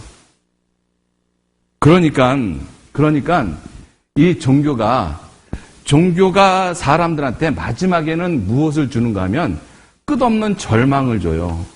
종교는 끝없는 절망을 줍니다. 왠지 아셔요? 내가 건강하고 내가 능력 있고 힘이 있을 때 종교 생활을 열심히 하면 종교는 칭찬하거든요. 그래, 열심히 하십시오. 아유, 장로님, 집사님이 이렇게 열심히 하니까 천국은 따놓은 당상입니다. 열심히 하도록 지켜세우거든요. 그런데 마지막에 내 죽음이라는 것이 어느 순간에 내게 찾아와요. 그때 내가 정말 천국에 대한 분명한 확신이 안 서거든요. 그때 종교인들한테 가서 내가 지금 죽음을 앞두고 내가 천국 갈지 지옥 갈지 모르겠습니다. 종교는 뭐라고 이야기를 하겠어요? 아예 가십니다. 어떻게 해가지고 난 확신이 없는데 아예 가셔요. 제가 보증을 합니다. 목사가 보증을 한대요. 저희가 내 백성의 상처를 심상히 고쳐주며 말하기를 평강하다 하나 평강은 안 주어지거든요. 그죠? 평강이 없어요. 끝없는 절망이에요. 마지막에는. 여러분들 우리나라의 대표적인 정말 인간적으로 존경받을 수밖에 없는 종교인들이 있습니다. 그 중에 두 분을 제가 좀 말씀을 드리고자 합니다. 다른 종교를 폄하하기 위해서 하는 말씀이 아니니까 오해 안 하시기를 부탁을 드리겠습니다.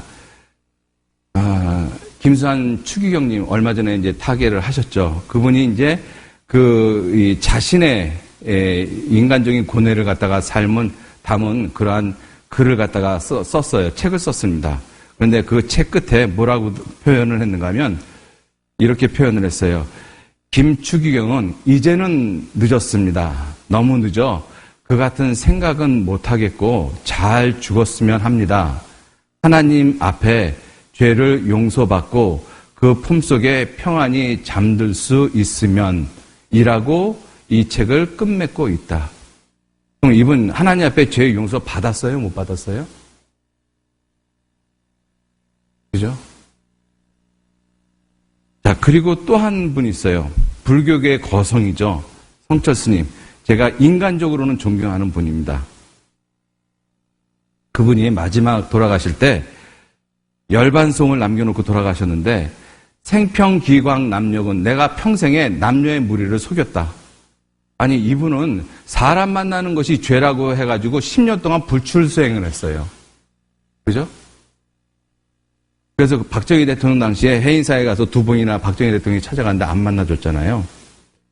자, 그러한 분이 무슨 죄를 그렇게 많이 졌겠어요? 미천죄의 과수미, 하늘을 넘치는 죄열은 수미산을 지나친다. 자기 죄가 얼마나 많으면 수미산은 상상의 산이거든요. 불교에서 말하는 그 산을 넘어간다는 거예요. 할함 아비의 함 만난 내가 산채로 무간지옥에 떨어지니 한이 망갈래라. 한마디로 뭐라고 말씀하셨는가 하면 죄 때문에 나 지옥 간다 그러고 돌아가신 거예요. 그러면 이렇게 종교적으로 열심히 하시는 이러한 분들이 이 마지막 종교 생활을 한 그 마지막에 그 자기의 죽음의 문제, 심판의 문제, 죄의 문제 해결하셨어요? 못하셨어요? 못하셨어요. 결국은 절망입니다. 이게 절망 가운데 있는 시예요. 김수환 추기경님의 그 글에도 성철 스님의 마지막 이 시에도 결국 내용이 뭐예요? 절망이라는 것입니다. 나 지금 죽어서 지옥 간다. 나 하나님 앞에서 죄 용서 못 받았다. 이게 얼마나 큰 절망이에요. 종교의 마지막이 그 모습이에요. 마태복음 27장 한번 보셔요. 마태복음 27장. 유다가 예수님을 팔고 그것 때문에 마음에 많은 가책이 있었어요. 27장 3절. 때 예수를 판 유다가 그의 예수님의 정죄됨을 보고 스스로 뉘우쳐 그 은 30을 대제사장들과 장로들에게 도로 갖다 주며 종교인들에게 도로 갖다 준 것이죠. 4절 같이 읽겠습니다. 가로되 내가 무죄한 피를 팔고 죄를 범하였도다 하니 저희가 가로되 그것이 우리에게 무슨 상관이 있느냐 내가 당하라 하거늘. 여러분들 이 유다가 예수님이 십자가에 못 박히는 모습을 보고 너무나 괴로웠어요. 야, 내가 어떻게 3년 동안 예수 따라다니는 내 스승을 내가 어떻게 팔 수가 있지? 너무나 괴로웠습니다. 그래서 그 돈을, 예수님을 판 돈 은 30을 가지고 종교인들 찾아갔어요. 내가 정말 잘못했다. 무죄한 사람의 피를 팔았다. 어떻게 했으면 좋냐? 이 죄를 내가 어떻게 해결해야 되냐? 종교인들이 뭐라고 그래요? 그게 나하고 무슨 상관인데? 네가 당해. 네가 했잖아. 그러니까 유다가 목매어 죽을 수밖에 없는 거예요. 절망이잖아요. 방법이 없잖아요. 여러분들 종교는 이래요. 종교는. 성경이 종교하고 다른 이유가 뭔지 아셔요? 종교는 사람들에게 무거운 짐을 갖다가 얽매이면서 자기는 손가락으로 까딱 하나 안 하잖아요. 그런데 예수님은 뭐라고 말씀하셔요? 마태복음 11장 28절 말씀에 같이 한번 읽어보시죠. 수고하고 무거운 짐진 자들아 다 내게로 오라. 내가 너희를 쉬게 하리라. 나는 마음이 온유하고 겸손하니 나의 멍에를 메고 내게 배우라. 그리하면 너희 마음이 쉬움을 얻으리니 내 멍에는 쉽고 내 짐은 가벼움이니라.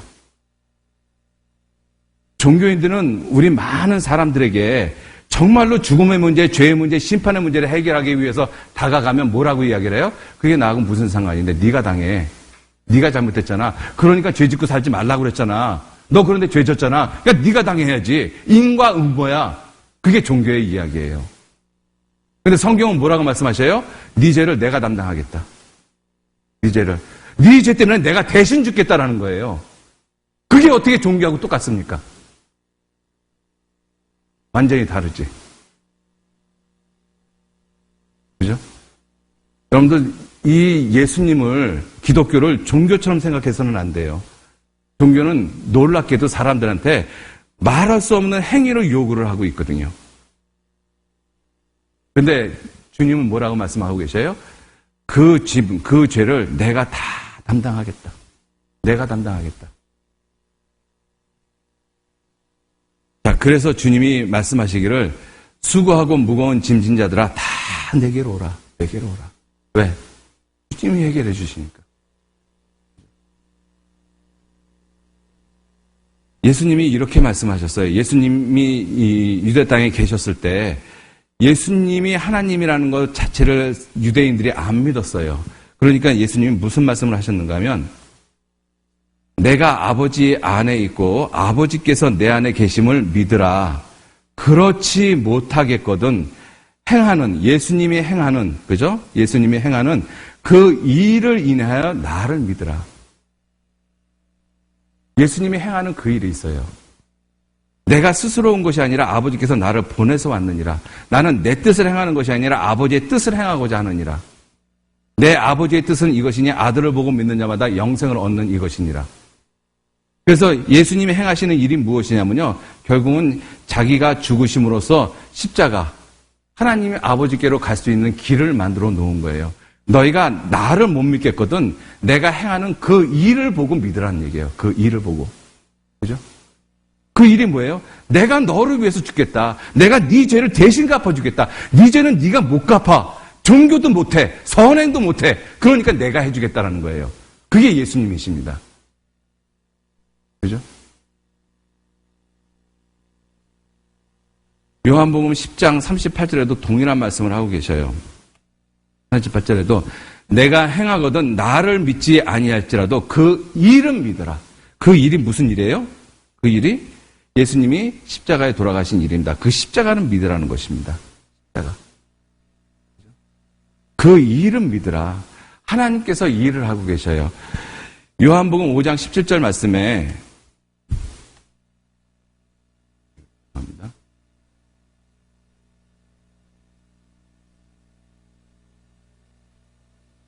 잠깐만요.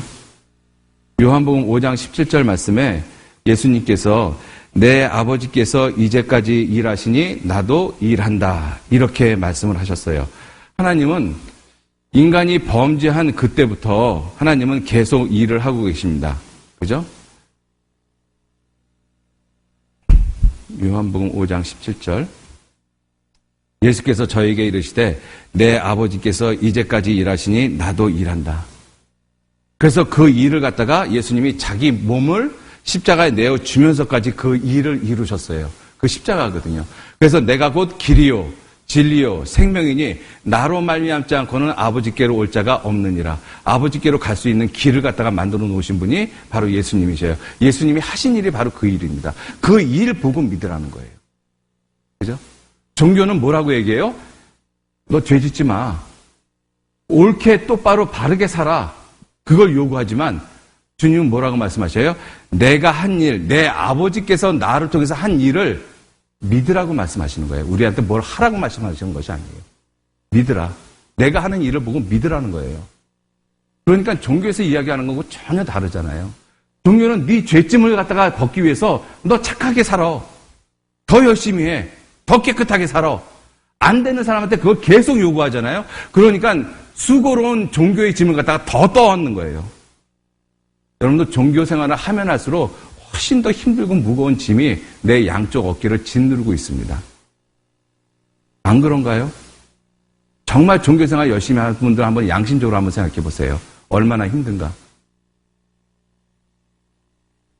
자, 그런데 예수님께서는 그 일을 내가 한다라는 거예요. 내가. 그래서 예수님께서 뭐라고 말씀하셨는가 하면 요한복음 15장 24절에 내가 아무도 못한 일을 종교도 못했어요.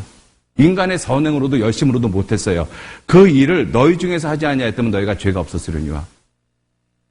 오직 예수님만 이 일을 하셨습니다. 예수님이 친히 그 일을 다 담당하셔가지고. 그리고 그 일을 믿으라고 말씀하시는 거예요. 종교는 행하라고 말하고 있는 거고 예수님은 내가 내 아버지와 내가 한 일을 믿으라고 말씀하고 계셔요. 자, 그런데 사람들이 그래도 내가 하나님의 일을 해야죠. 하나님의 일을 해야죠. 그러니까 예수님이 일을 하라고 말씀하셔요. 무슨 일을 하라고 말씀하시냐면 요한복음 6장 29절에 예수께서 대답하여 가라사대 하나님의 보내신 자를 믿는 것이 하나님의 일이니라. 여러분들 지옥 갈 수밖에 없는 죄인에게 가장 큰 하나님의 일이 무엇이겠어요? 새벽기도, 철야기도, 금식기도 하는 거겠어요? 아니에요. 하나님의 보내신 자를 믿는 것입니다. 십자가를 믿는 거예요. 이렇게 이야기를 하면 나 십자가 믿는데 이렇게 생각하고 있습니다. 여러분들 그렇게 제발 좀 쉽게 좀 생각하지 마셔요. 예수님은 자기 몸을 죽는 데까지 내어주시면서 이루는 것이 십자가거든요. 내가 정말 예수님의 십자가를 믿을 때 정말 내가 지옥 갈 수밖에 없는 두려움이 있어가지고 내가 지금이라도 죽으면 정말 지옥 갈 수밖에 없는 죄인이구나. 이게 내 마음에 깨달아져서 살기를 간절히 원하는 그 회개의 마음이 있는 상태에서 구원을 받으셨어요? 아니잖아요. 교회 나가는 날서부터 복음에 대해서 말씀드렸잖아요. 정말 언제 내가 지옥에 대해서, 심판에 대해서, 내 죄에 대해서 그렇게 두려워해 본 적이 있는가요? 종교하고 성경하고는 달라요. 종교하고. 자, 그래서 하나님의 보내신 자를 믿는 것이 하나님의 일이다. 안 믿는 죄인에게, 지금이라도 죽으면 지옥 갈 수밖에 없는 죄인에게 가장 큰 하나님의 일, 믿는 것입니다. 믿는 것. 자, 그런데 이 믿는 것에 대한 오해가 굉장히 많거든요. 그죠?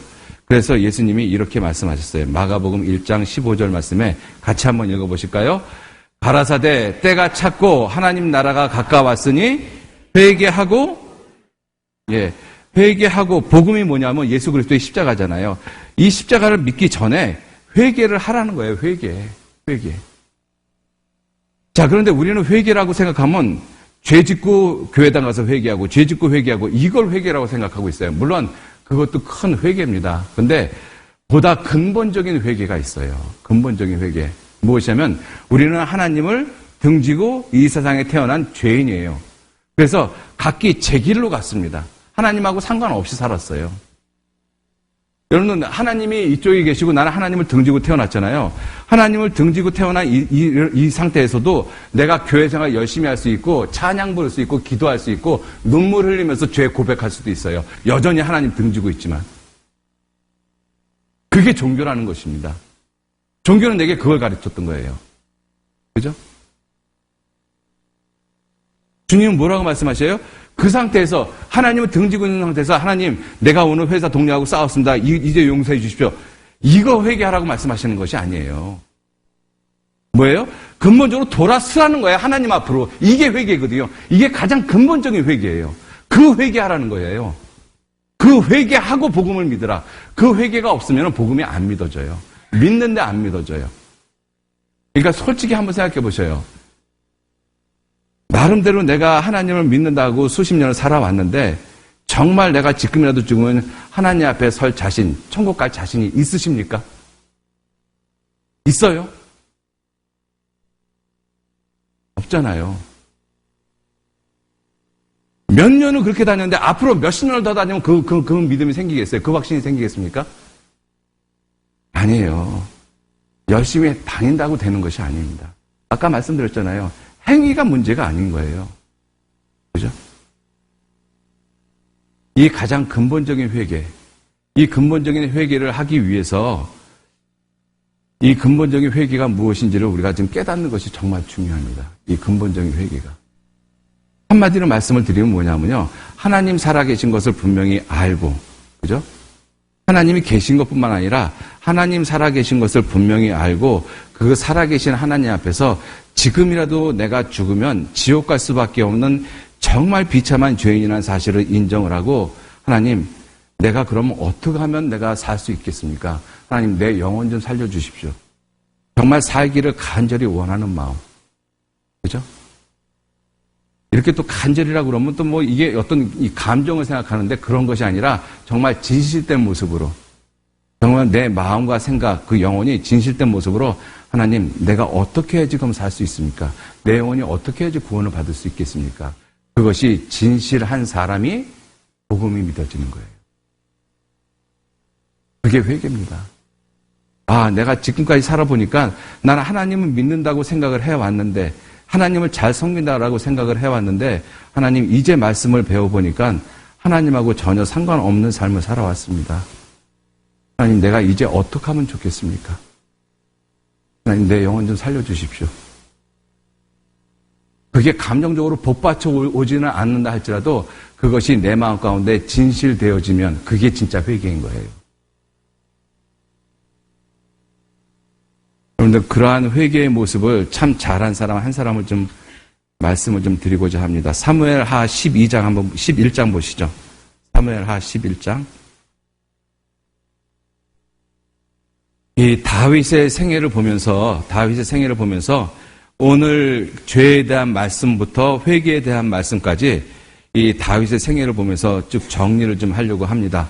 그래서 지금까지는 혹 조르신 분이 있다 할지라도 이제 몇 분 안 남았어요. 이제 20분밖에 안 남았거든요. 20분만 정신 바짝 차리고 좀 들으셔요. 그러면 오늘 말씀 다 잘 들으신 것이니까. 자, 11장 1절. 해가 돌아와서 왕들의 출전할 때가 되매 다윗이 요압과 그 신복과 온 이스라엘 군대를 보내니 저희가 암몬 자손을 멸하고 라빠를 에워싸고 다윗은 예루살렘에 그대로 있으니라. 저녁 때 다윗이 그 침상에서 일어나 왕궁 지붕 위에서 거닐다가 그곳에서 보니 한 여인이 목욕을 하는데 심히 아름다워 보이는지라.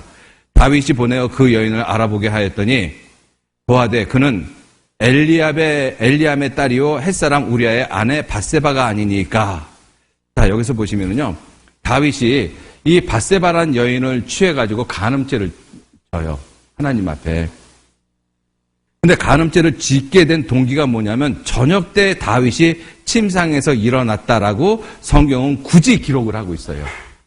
여러분들, 죄는 큰 것에서부터 시작되는 것이 아니라 작은 것에서부터 시작이 되어집니다. 우리나라 속담에도 바늘도둑이 소도둑되지 소도둑이 바늘도둑되는 것이 아니에요. 그죠? 죄는 작은 것에서부터 시작이 돼요.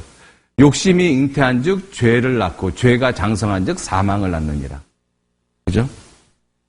다윗이 지금 밧세바하고 간음죄를 짓고 그다음에 밧세바의 남편인 우리아를 죽이는 살인죄를 짓게 된 동기가 어디서부터 있었느냐? 저녁 때 그 침상에서 일어났다라고 돼 있어요. 게으름의 시작이, 게으름부터죠. 자, 그래서 저녁 때 왕궁 지붕에서 할 일 없이 거닐다가 보니까 멀리서 한 여인이 저녁에 해가 어스름하게 지고 있는 상태에서 한 여인이 목욕을 하고 있어요. 여러분들 생각만 해도 참 아름다워 보일 것 같아요. 그렇지 않아요? 심히 아름다워 보이는지라. 그러면 참 아름답다. 그리고 왕궁에 내려가서 자기 할 일 하면 되잖아요. 근데 안 했어요. 마음 가운데 어떤 마음이 들었어요? 저 여인하고 어떻게 하룻밤을 지낼까? 그래서 그 생각을 갖다가 키웠죠. 그래서 결국은 다윗의 신하를 보냈어요. 신하를 보냈더니 그 신하가 와서 보고하는 내용이 왕이 알아보라고 한 여인이 이러이러한 여인입니다. 라고 신하가 보고하는 것이 일반적인 거예요. 그런데 이 3절 말씀에 보면 신하가 다윗에게 보고하는 내용이 그러한 일반적인 보고 내용하고는 전혀 다른 형태예요. 보세요. 다윗이 보내어 그 여인을 알아보게 하였더니 신하가 고하되 그는 엘리암의 딸이요 햇사람 우리아의 아내 밧세바가 아닙니까? 이렇게 이야기를 한 거예요. 그죠? 우리아의 아내 밧세바입니다. 이렇게 이야기를 한 게 아니에요. 근데 왕이 알아보라고 했으면 신하는 어떻게 이야기를 해야 돼요? 제가 왕이 시킨 대로 알아보니까 그 여인이 이러이러한 여인입니다. 이렇게 이야기를 해야 되잖아요. 그런데 감히 어느 안전이라고 햇사람 우리아의 아내 밧세바가 아닙니까? 이렇게 이야기를 했어요. 뭘 얘기하는 거예요? 이 신하가 다윗의 심중을 꿰뚫은 거예요. 당신 왜 지금 그 여인 데리고 오라고 그럽니까? 왜 그 여인을 알아보라고 합니까? 그 여인 지금 당신을 위해서, 나라를 위해서 전쟁터에서 싸우고 있는 우리아의 아내 밧세바라는 거 당신도 알지 않습니까? 그런데 왜 그 여인을 알아보라고 그럽니까? 사람이 내가 죄를 지려고 할 때 하나님이 내 마음 가운데서 양심을 통해서 막으는 일도 있지만은요, 말 못하는 짐승을 통해서 또는 나하고 전혀 상관없는 사람을 통해서 그걸 막는 경우도 있으셔요. 여러분들, 우리가 죄를 짓는 것은 하나님의 명령을 어긴다라는 것인데 하나님의 명령을 어기는 것이 그렇게 쉽지가 않습니다. 왜? 하나님이 그 명령을 어기지 못하도록 여러 가지의 장애물을 두시거든요. 그런데 그것을 넘어서 결국은 죄를 짓는 거예요. 이 신하에게도 하나님이 이 신하를 보내서 그 왕에게 이와 같은 보고를 하는 거예요. 감히 신하가 이렇게 보고할 수 있어요? 그런데 다윗이 다른 사자를 보내서 저를 자기에게로 데려오게 하고, 그죠?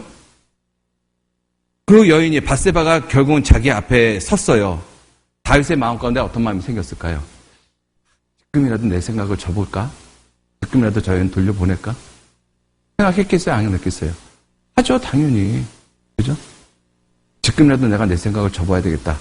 또 반대편 마음에 아니야. 그냥 하루 그 여인하고 자면 돼. 그러면 아무도 몰라. 그러한 마음들이 막 갈등을 느끼잖아요. 우리가 죄를 질 때 똑같지 않습니까? 그죠?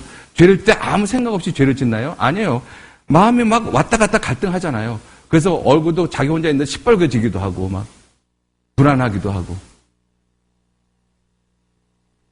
자, 그런데 그런 하나님의 음성을 다 짓누르고 결국은 동침을 했어요.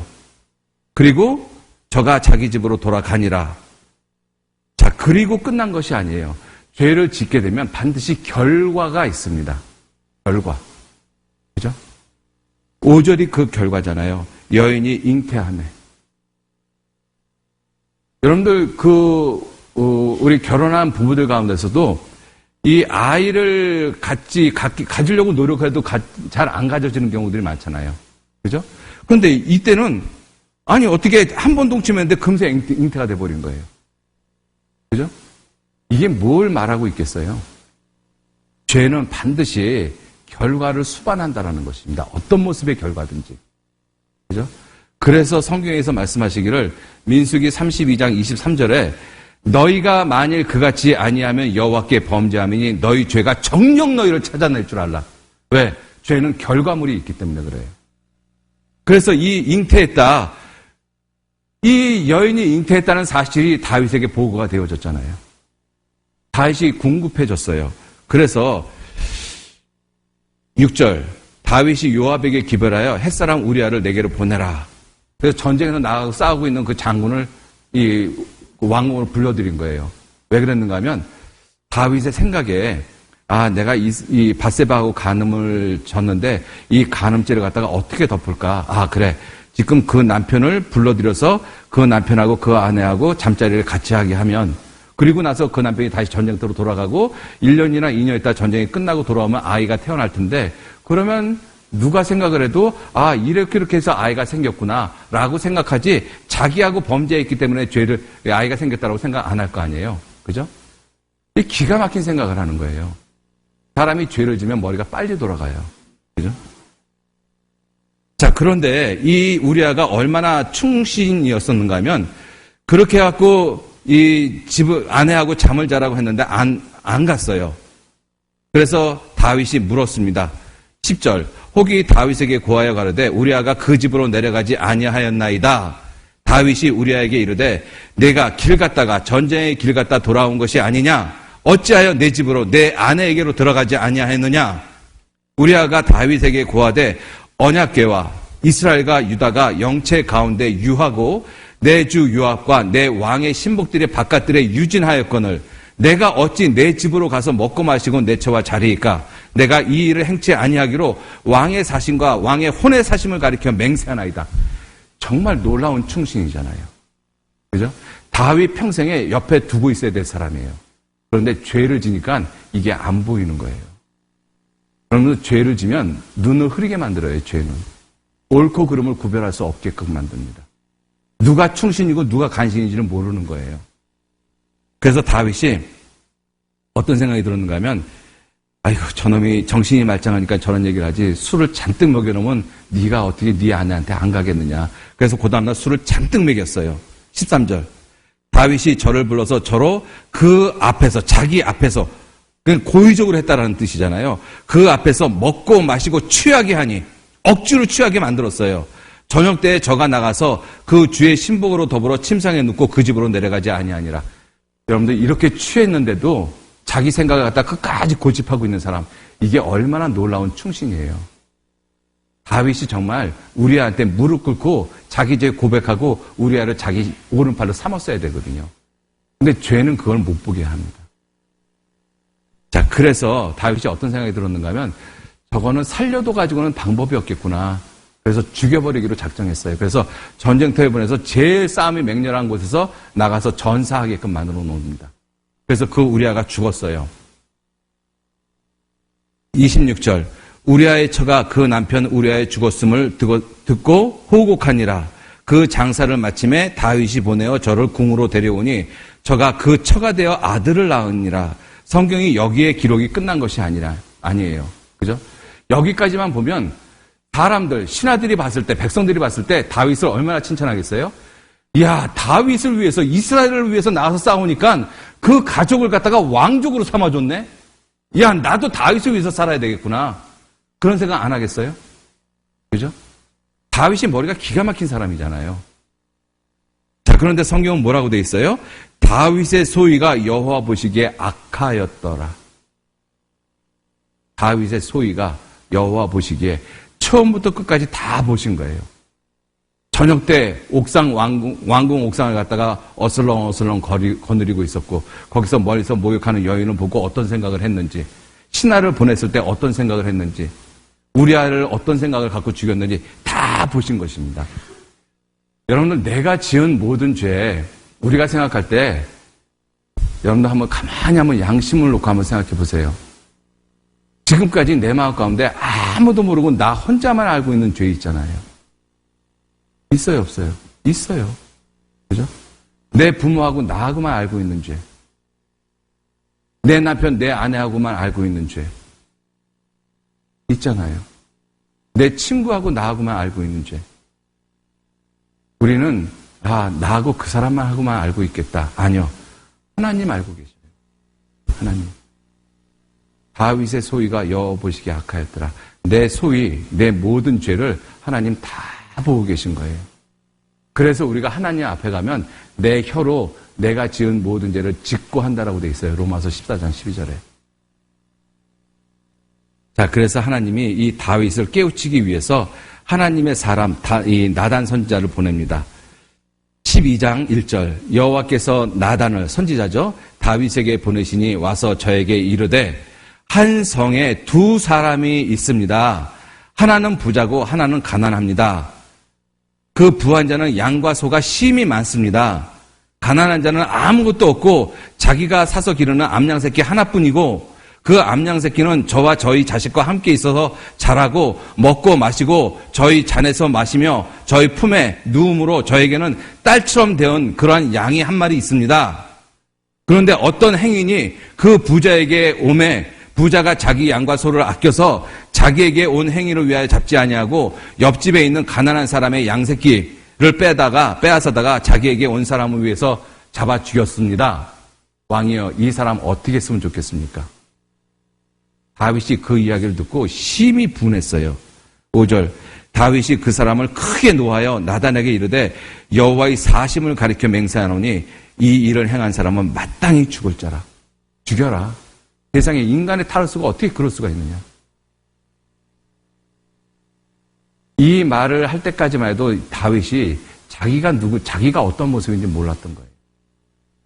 여러분들, 이 죄는 하나님이 깨우쳐 주시기 전까지 자기가 어떠한 죄를 짓고 사는지 모르는 거예요. 다윗이 지금 그렇잖아요.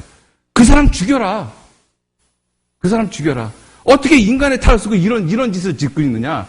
있을 수가 없다. 죽여라, 죽여. 다윗이 자기를 모르고 있잖아요. 나단 선지자가 뭐라고 그랬어요? 7절.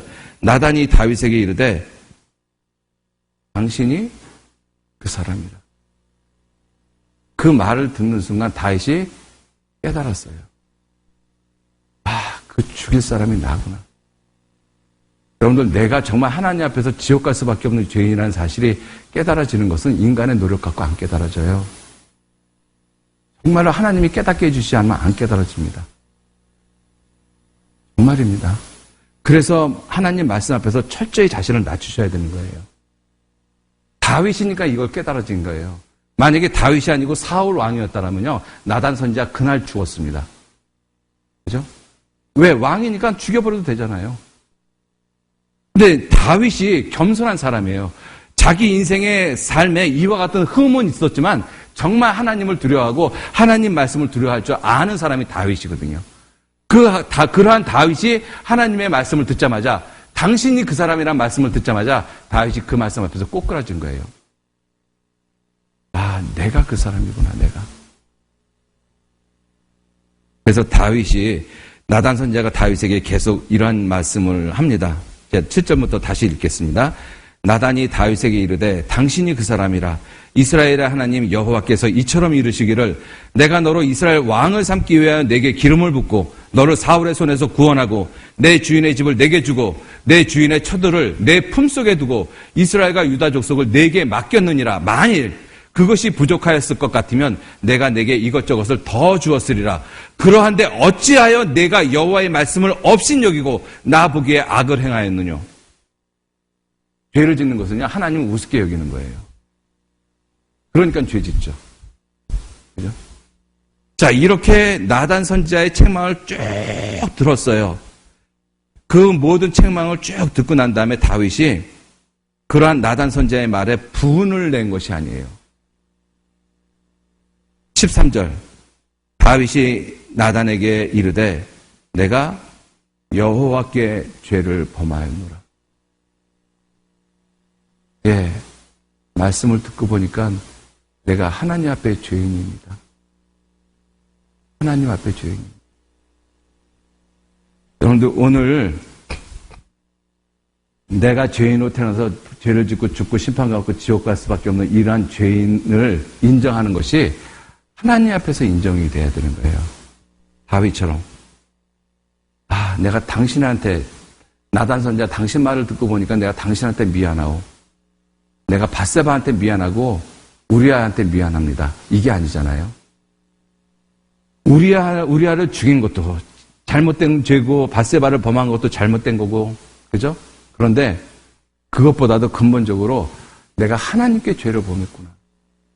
우리아에게 밧세바에게 죄를 범한 것은 말할 것도 없고 내가 하나님 앞에 죄를 범했구나. 이걸 깨달은 거예요. 이게 회개입니다. 이게. 그죠? 이게 회개인 거예요. 다윗이 회개를 할 때 하나님한테 예를 들어서 이렇게 회개를 했다고 합시다. 하나님, 내가 그래도 하나님 말씀 잘 지키고 잘 살아오다가 어쩌다가 한 번 실수했는데 하나님 이거는 그냥 용서해 주세요. 이렇게 안 했잖아요. 그죠? 하나님, 내가 법궤를 갖다가 내가 예루살렘 성으로 모셔온 사람입니다. 자기의 공로를 의지한 것도 아니잖아요. 하나님, 내가 왕입니다. 왕이 그렇게 죄를 질 수도 있지 뭐. 이게 아니잖아요. 그죠? 자기가 법궤를 갖다가 예루살렘 성으로 들어왔건 자기가 왕이건 아무 상관없는 거예요. 하나님 앞에 벌거숭이 죄인인 거예요. 이게 회개예요. 하나님, 내가 지금이라도 죽으면 지옥 갈 수밖에 없는 죄인입니다. 이게 하나님이 원하시는 회개예요. 여러분들 오늘 정말 하나님 앞에 그 회개를 하셔야 돼요. 내가 과거에 어떻게 살아왔든 하나님을 알든 모르든 아무 상관없습니다. 그죠? 내가 사회적으로 지위가 얼마큼 있던 돈이 얼마큼 있던 내가 얼마나 배웠던 아무 상관없어요. 하나님, 내가 그냥 죄인입니다. 지금이라도 죽으면 지옥 갈 수밖에 없는 죄인입니다. 하나님, 나 좀 살려주십시오. 그게 회개예요. 시편 34편 18절 말씀 보시면 같이 한번 읽어보실까요? 여호와는 마음이 상한 자에게 가까이 하시고 중심에 통회하는 자를 구원하시는도다. 예, 중심에 통회하는 자. 자기의 모든 것 다 내려놓고 다윗처럼 내가 여호와께 죄를 범했습니다. 그죠? 여호와께 죄를 범했습니다. 이번 수양회 때도 할머니들하고 상담을 하면서 할머니들하고 죄 이야기를 하면은요, 할머니들 다 죄를 인정해요. 사는 게 다 죄지 뭐. 숨 쉬고 사는 게 다 죄인데 뭐. 이거는 하나님 앞에 죄를 인정하는 것이 아니에요. 그죠? 다윗이, 그래. 근데 내가 그런 죄 졌네 뭐. 근데 사람이 그런 죄 안 짓고 어떻게 살아? 이게 아니잖아요. 내가 여호와께 죄를 범하였습니다. 여러분들, 우리들이 지금까지 살아오면서 지은 모든 죄가 하나님께 죄를 범한 거예요. 하나님께 죄를 범했어요. 하나님이 용서해 주셔야 돼요. 하나님 앞에 살기를 간절히 바라셔야 됩니다. 오늘 그 회개를 꼭 하셔요. 정말. 너희는 회개하고 복음을 믿으라. 주님 그렇게 말씀하셨잖아요. 그 회개가 있어야지만 정말로 복음이 믿어져요.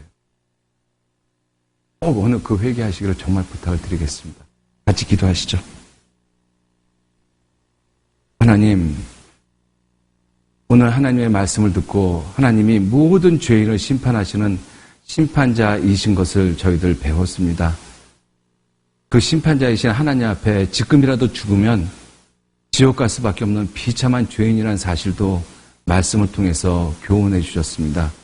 이 놀라운 진리의 말씀을 우습게 여기지 아니하고 이 말씀 앞에서 내가 지금이라도 죽으면 지옥 갈 수밖에 없는 비참한 사실을 하나님 앞에서 인정하고 하나님 앞에 살기를 간절히 원하는 그 마음을 우리 모두에게 허락해 주시기를 간절히 의지하고 부탁을 드립니다.